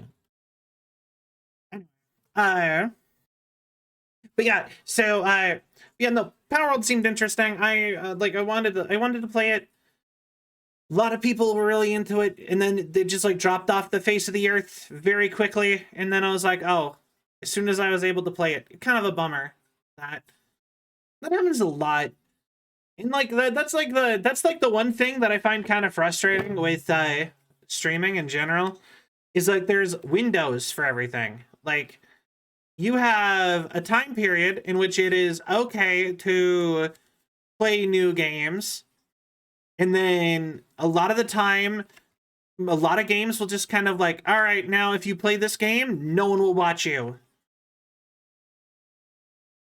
And then like you're just like falls off and you're like, oh, okay. And then you go back around the horn after a certain amount of time, and then people will watch it again. It's so random. You know what I mean? So, buddy, from time to time. Yeah, it's not popular anymore. Yeah, fair. It'll happen. But yeah, no, like, I would be, maybe I should look into playing Palworld. That might be a fun game to go through, to play around with. But yeah, no, we need to pick a new game. We need to pick a new game, though, just because, like I said, we did all of the Silent Hill games, and it's part of, like, a big game trade with Sil. So, because, me and Sil I played the Alan Wake franchise, and she played the Silent Hill franchise, and we were both like gushing over how good our games were, and then we agreed in like the way to get each other to play them was to just trade. So she's doing my Silent Hill games, and I just finished doing all of her Silent Hills, or she did my Alan Wakes, and I just did her Silent Hills, and or she's doing Alan whatever. Europa with Mac Twist for a Barotrauma campaign. But yeah, so now I'm like, I need to find a new game to play. I really want to, something I've been working on is I really want to get a new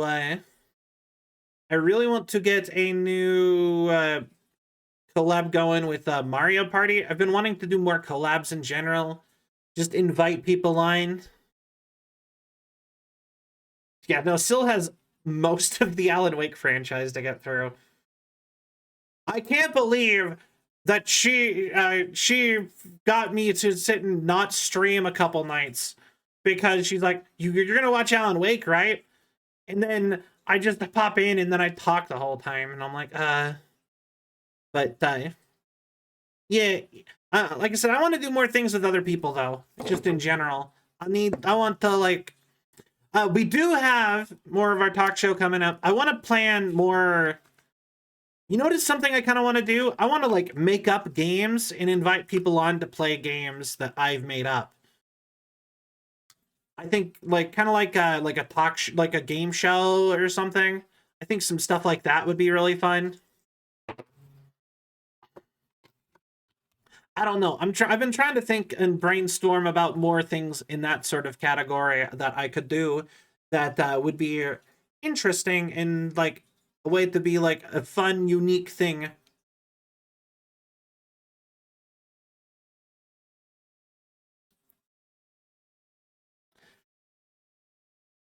So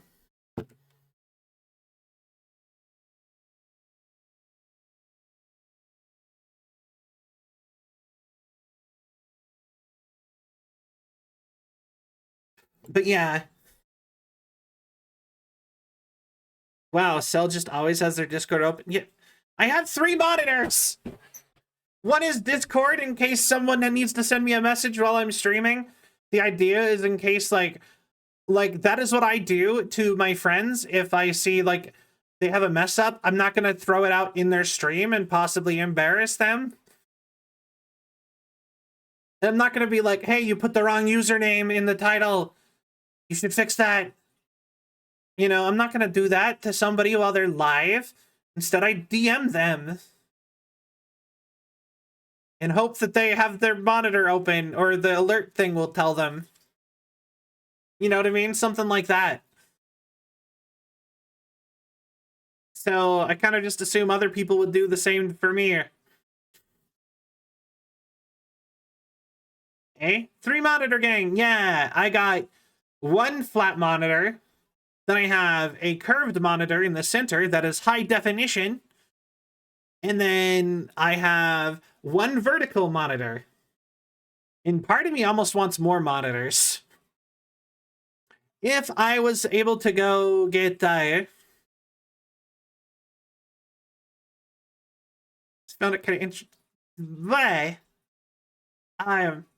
anyway, if I went and got the replacement for my my art tablet pen, I would have my art tablet plugged in too, and we could start my PewDiePie challenge that I've been wanting to do of drawing something digital art every day for 100 days to a full year.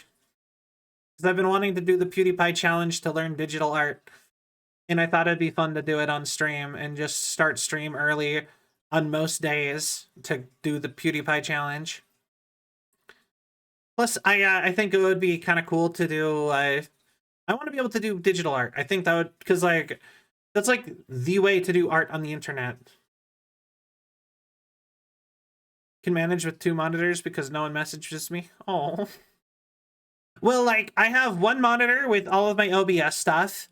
I have the big monitor in the center with VTube Studio and the game, usually, whatever game I'm playing.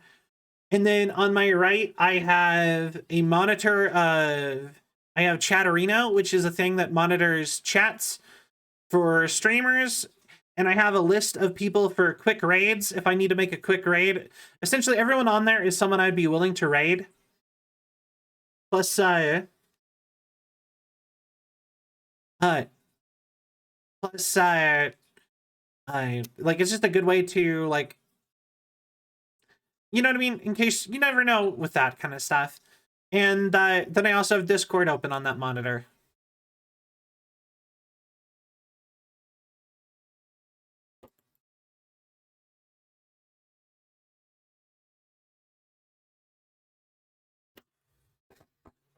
Only need one monitor, simply ignore DMs to respond later till I forget I ever got them and panic days later about never responding. I can relate to that, but also mostly with my phone. I hate sometimes with my phone, I will instinctually clear notifications without actually looking at them, and then I don't realize that I missed them until later.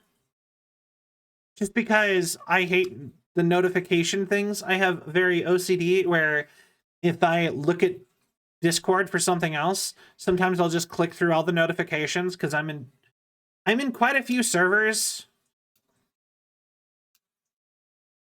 So it's kind of you know what I mean?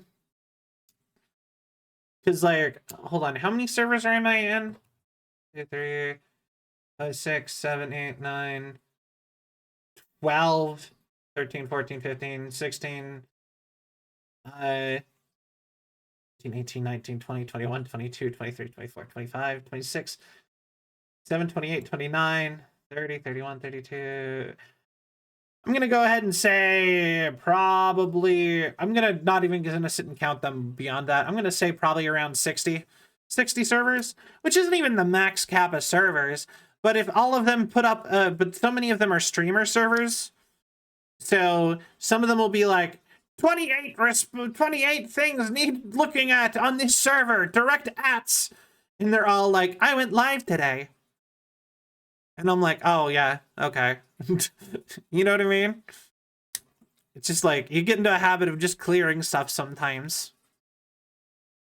But yeah, no, genuinely, I kind of wish I had more monitors so that I could have my model on one screen, my game, whatever game I'm playing on another screen, OBS on another screen, my important side things on another, like Chatterino and Discord. All right. I'm sorry. You are... That's a rejection. I'm sorry, madam.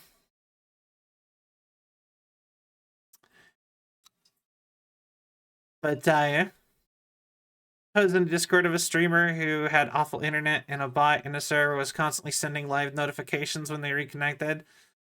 Oh, I hate that. Yeah, no, that happens every time you disconnect, and it's like, everyone always forgets that you can do that.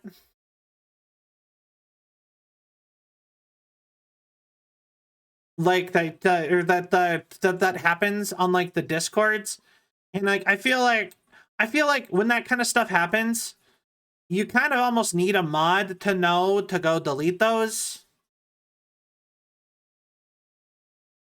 You know what I mean? Because like I feel like it's kind of like your duty to like clear those out for people if something like that's happening. You know what I mean? Because like that's got to be the worst. I left the server because of that reason. Yeah. The thing is that you can't accommodate for that because the only thing you can make the bot for is monitor when you go live. But if you have a disconnect, a full disconnect, it will count them as going offline and then online again. Would it keep the notification if they deleted it? Because I know that happens with me sometimes. Ah, never mind then, I guess. That's the worst. Ooh. Yeah, no, I hate that. I guess there is no solution for it then. I'd get better internet. Nerd. Even if the 2 false alarms are deleted? Okay. I hate that. You know what is funny is that I used to have disconnection problems because of internet, and now I have literally the best internet in the country.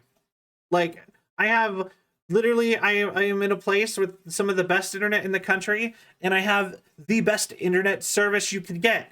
But now my PC crashes all the time. So now it's like, haha, you still have the exact same problem despite fixing half of it. Despite thinking you fixed it.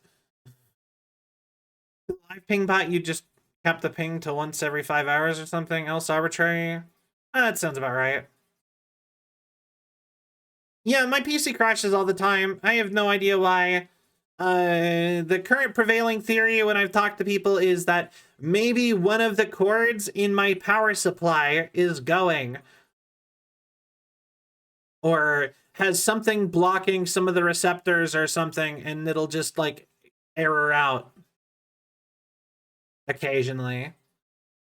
But I don't know. I probably should go, like, uninstall and reinstall my power supply.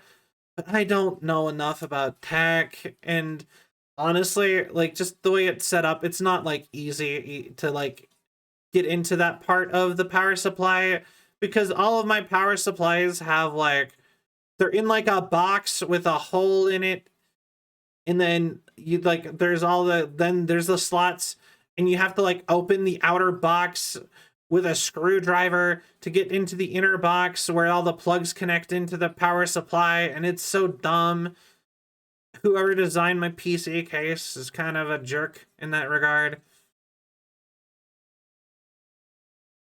So like I said, it's just like, I don't know if I'm tech savvy enough to sit and mess with all that stuff. I feel like I'd ruin it by trying to mess with it myself. Now, it always says it's like a kernel power system error. And it doesn't happen all the time. It just happens randomly. I feel like I'm going to summon it by continuing to talk about it, though. But it has been weirdly good. It used to happen at the end of all of my streams, but nowadays it is happening randomly. And it'll go days or weeks without going. But if I was to leave my PC on all day, like if I was to wake up, set my PC to watch my friends, and then go out or something like that, it would probably crash when I got home if I was out for more than like 5 or 6 hours. At some point it would have crashed. But weirdly enough, when I sit at the computer, it doesn't crash that often. It'll do it like maybe like, I don't know, like once or like 2 or 3 times a month with me actually at the computer. It's always when I'm away and I leave my computer unattended that it happens. Or at least most commonly. But yeah, I just think it's funny that, like, it's gotten better. I actually realized it was actually one of the programs I was using caused it before. If you use an Elgato, there is an Elgato capture thing, and if you use the built-in one and don't just run it through Elgato as a camera source for game capture, then apparently if you use it to look at the game, it crashes your thing. If you go just through OBS, which is what I do now, apparently it just doesn't have any issues. So if that makes sense. Like I said, that's a lot of like kind of background tech stuff that I think you'd have to already be messing with OBS to kind of get what I'm saying, probably. But yeah, no, like I said, my stopping using that program drastically reduced my crashes. I was having them all the time though for a while there. And PC crashes are the worst. So like I totally relate to lots of pings in Discord because I have been that person before. Actually, I had if you guys know who Puck is, they actually had their own talk show that they would go on called What the Puck. And I was a guest on that. It's really cringe. Like, my guesting on that was really cringe and embarrassing, actually. But I was on their show, What the Puck, And I'm like, I watched that back now, and I'm like, man, I am awkward. But anyway, it's like, but anyway, I crashed in the middle of a talk show in front of like 800 people. Yeah. And as the smallest person who got on that show, it was kind of bad. Watch it back, use it as inspiration. Yeah. Yeah, no, I crashed on it. My whole PC crashed live on What the Puck. So yeah, no, I look at a lot of that kind of stuff like from when it was cringier or whatever. It may be cringe now, but like a lot of it is just like growth. Like I'm like, oh, I would never be like that now. And I'm like, good. It means you learned your lesson, Sal. I try to tell myself stuff like that. I'm like, if you're an intelligent person, you can only fuck up so many times before you stop doing that. So eventually you'll be good at this whole streaming thing. Just gotta mess up enough that you stop messing up. You know what I mean? Faulty RAM or graphics card if it's a software. Induced crash, though, I don't want to... No worries. Like I said, it's, honestly, Luton, I think you're plenty intelligent. Don't you worry about that none. You're intelligent enough. That's alright.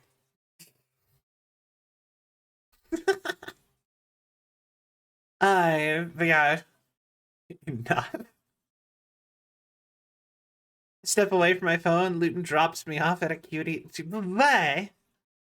Hi, Archangel. But yeah, Yo, Archangel, thank you for the follow. Welcome to the Selfie Legion. I hope you have a cell of a time. Thank you so much. But... Oh, but yeah, speaking of talk shows, we have our own little talk show here happening tomorrow with my friend Novella Heartstrings. We will probably, just knowing Novella and me, we will probably spend a lot of time talking about D&D. So, if you are interested in and or excited in that, maybe go ahead and come check that out. Luton, you're invited as a guest if you ever decide to agree to that.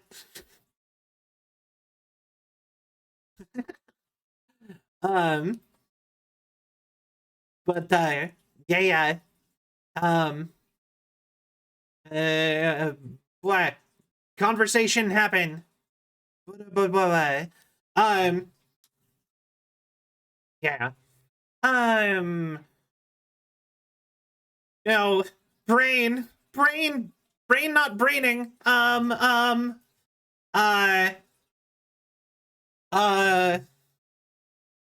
episode of What the Puck was it? It was something in, at least for you, it was your PC. Nah, don't worry, Luton, you'll be fine. It'll be fine. Like I just said, things can only mess up so many times before things get better. And also, right now, we're still in the phase of me only inviting friends on. I wouldn't be embarrassed if stuff got messed up on. So, like, if you're invited in, like, the first 10 episodes, it means if I had tech issues or something, I wouldn't be embarrassed having it be in front of you. So, haha, that's a compliment, probably.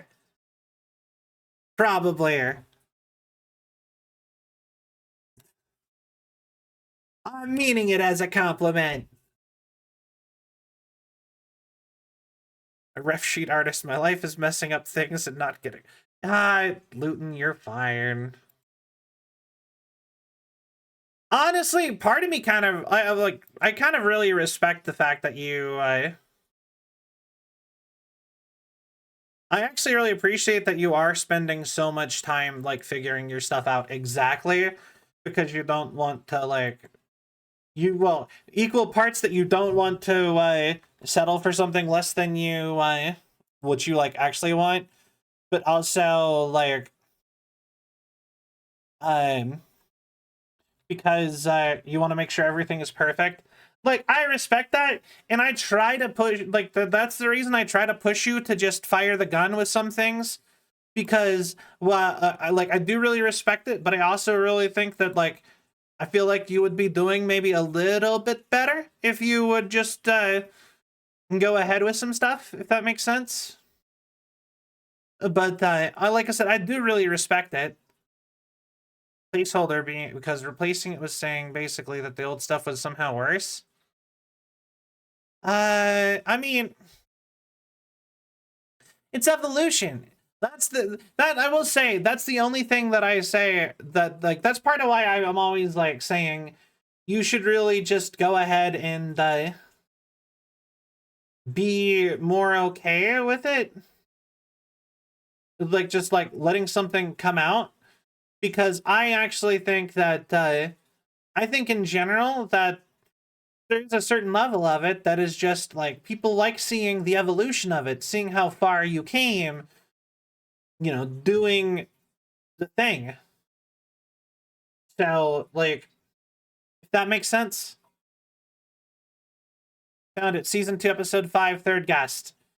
Yep, that is okay, cool. I was looking for it while I was talking. So I'm very glad you found that, and I can stop doing that.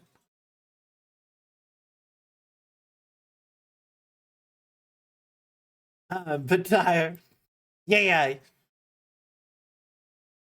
But yeah, like I said, I think that if you pulled the trigger on getting like models and stuff made and like emotes, and I think if you were more willing to let things be placeholder, it does not make something worse. Like it's just like a sign of evolution. Like right now, I'm in the process of trying to replace all my emotes. And we're gonna do it in stages. Like, I'm not gonna get rid of all of my current emotes like right away, because they are of old Cell. Because old Cell is a part of Cell. It's the same thing. You're just transitioning forward, evolution, and all that.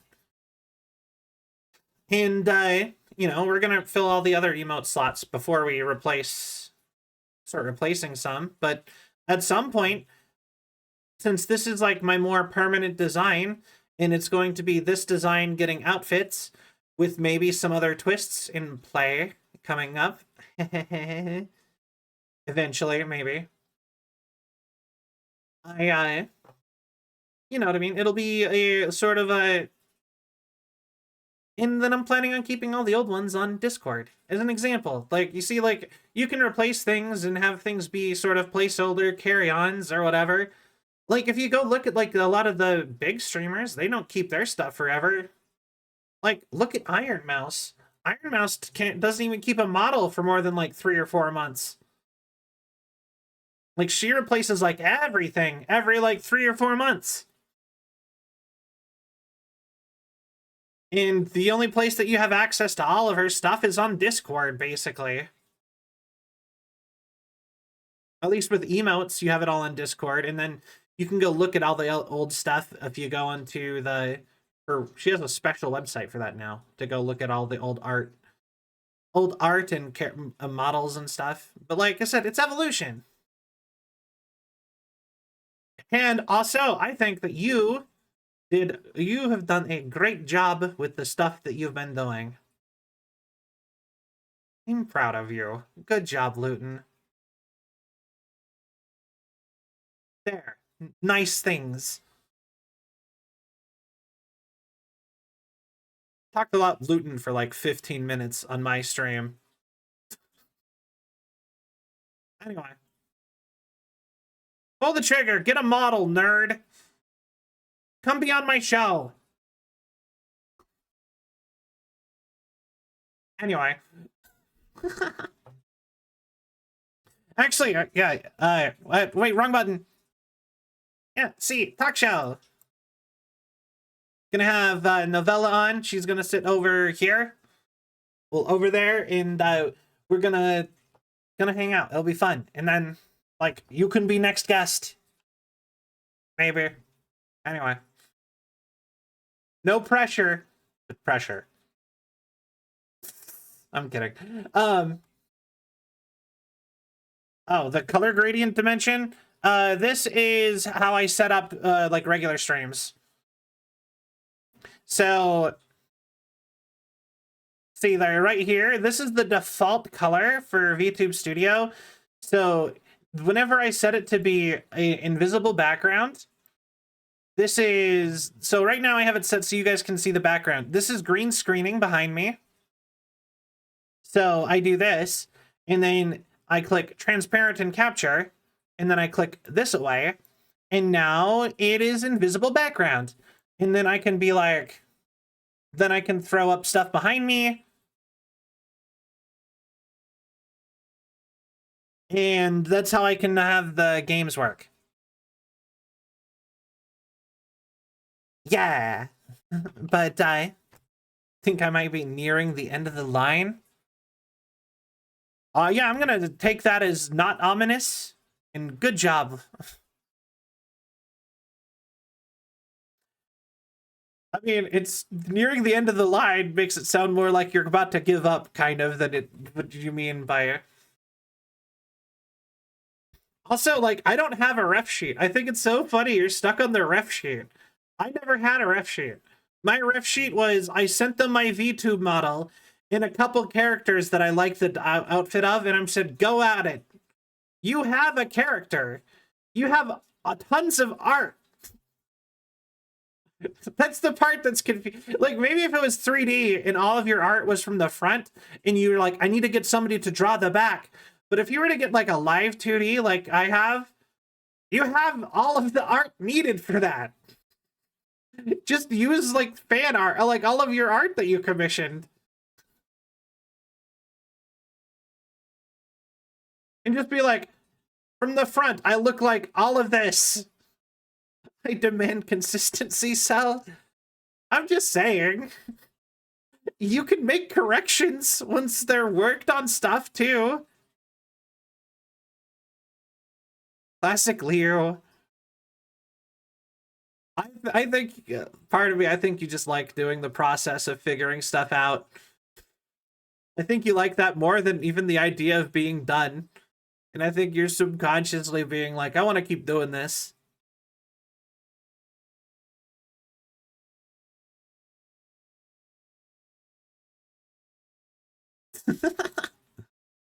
But don't worry. You'll figure it out. You're gonna figure it out soon, I'm sure. Are you, wait, actually, are you going 2D or 3D? For when you get your, proper movement Luton? No clue? Fair enough. I highly recommend Nade and Idris, but that is because they are my parents, my VTuber parents. And I'm pretty sure I get discounts for future things if I recommend them. I get brownie points. Siku 3D? Who's Siku 3D? I hope like this is kind of like talking shop type of stuff a little bit. I hope that this isn't alienating to the non-streamer audience. I hope this is interesting to listen to. Siku 3D. Huh. I have somehow missed this one when I was looking for a 3D artist for potentially getting a VR chat model. So I will save that. Have good art. Good 3D models. Both VR chat and 2D for general streams, probably. Fair. I don't know how much I want a 3D model anymore, because, like, I don't feel like I go into VR enough. I'm not really the biggest VR person anymore. I think I'm too introverted for VR chat. Which is funny, because so many people are like, Because so many... Android is chattering. I happy. Because, yeah, so many people go on VR chat and they're like, haha, my introvert's gone. And I'm like, no, my introvert's worse. If I talk to people IRL, I can look at them and see if it's okay to talk to them. On VR, I don't know what they're doing. And then it's like... I don't know why. Did one of Key's models that I really liked. Looking at their other models and their refs, they seem to be able to do a great job of almost one-to-one with the ref sheet. Okay. Oh, okay. Nice, Archangel. But yeah. He always has really good... He always finds really good people, I've noticed. People can just pop in out of thin air and start talking to me and I can't deal with it. Yeah, the thing is that, like, yeah, that's... Yeah, and like I said, I'm like, when it comes to VR, I'm always either like overstimulated or completely understimulated. Because I'm never one of those people who has people that they know actually like show up to, like, wanted to talk to them, really. So like whenever I pop into VR chat with other people, it's either no one wants to talk to me, and everyone will crowd around the people who I would want to talk to, so that I don't feel like I can go talk to those people, or people who I don't know crowd around me and are like, hi, Cell, come watch this YouTube video in the other room and do this and that. And I'm like, I'm here for my friends. Hello. And it's like one or the other with social interaction. It's either tons of people that don't know overstimulating me, or feeling like I'm getting ignored by people who I know. So then it's like, I don't know. I kind of just stopped going on. I keep meaning to try to go on more. I like, but like, yeah, I don't know. Need to know better, people. Yeah, maybe that's the case. Probably. I don't know. Yeah.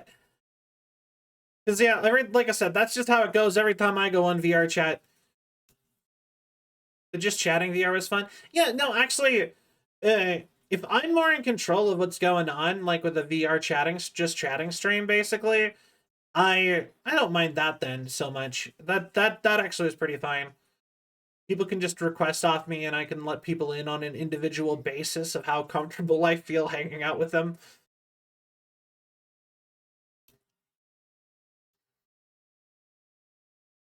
Mostly based on how well I know people. My pronouns are they/them and or she, her. But really anything, whatever you feel like doing. I don't care.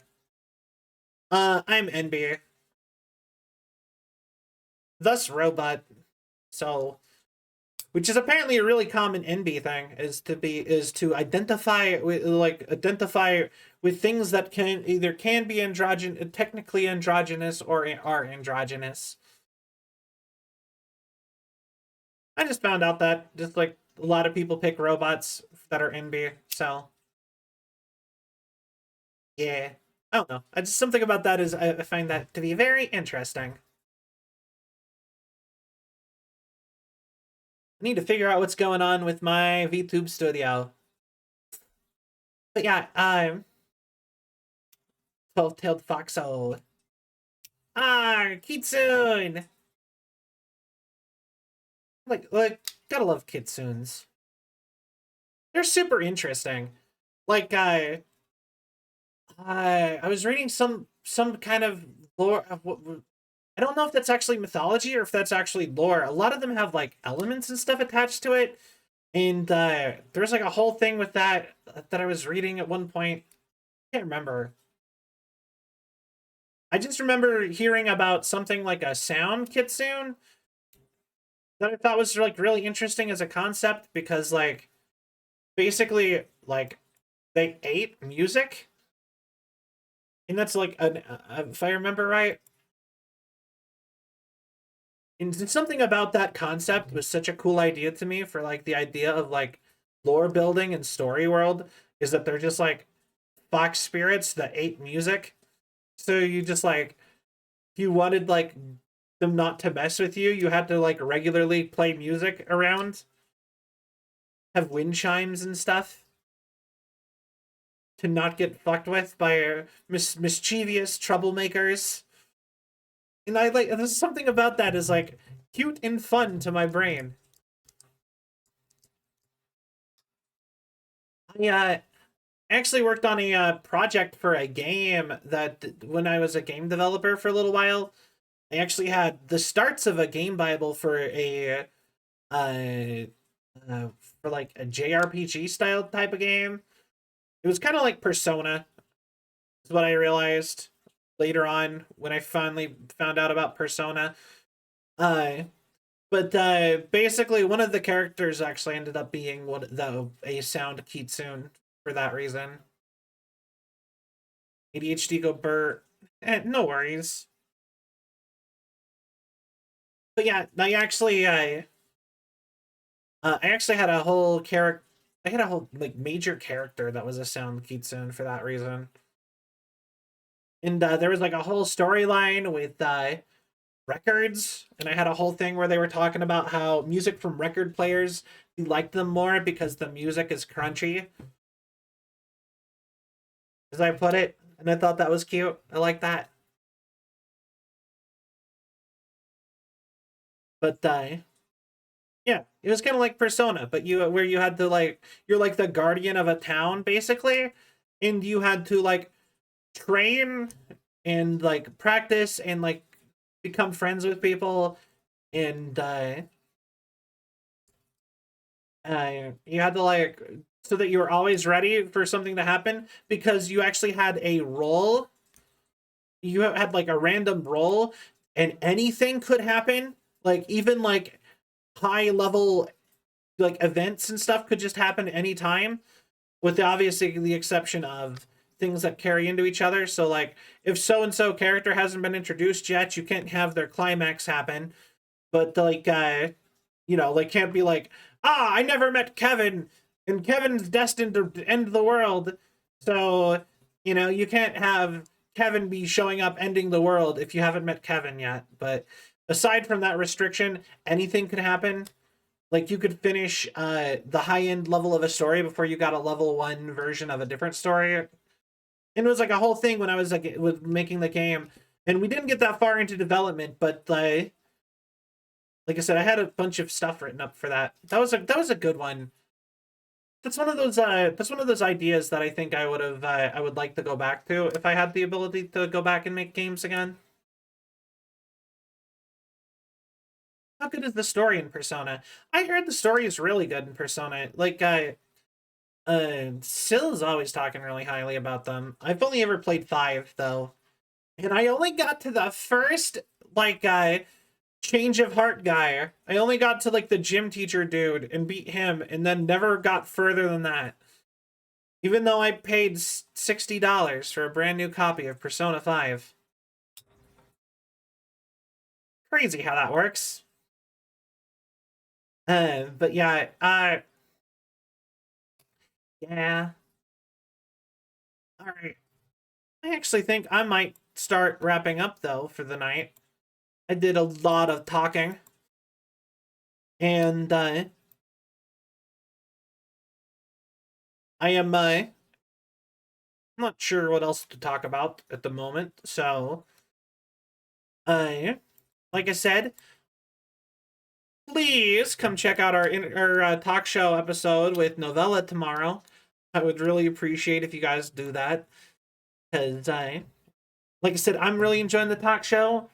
We're trying to get through, or not trying to get through like I don't want to do it with people, but I'm trying to get all the tech stuff figured out on my friends, so before I start inviting people I don't know as well, or maybe even people I have never met, I think, and have it be a cool way to actually meet people. So And that's something I'm, like I said, I'm really looking forward to, is getting to that point where I'm like, hey, so and so, I think your content's cool. Wanna talk to me on my show? Yeah, that'll be the day. But till then, I am just gonna look forward to it. But anyway, all right, so I'm gonna raid out and call it a night. We are going to raid this person, I think.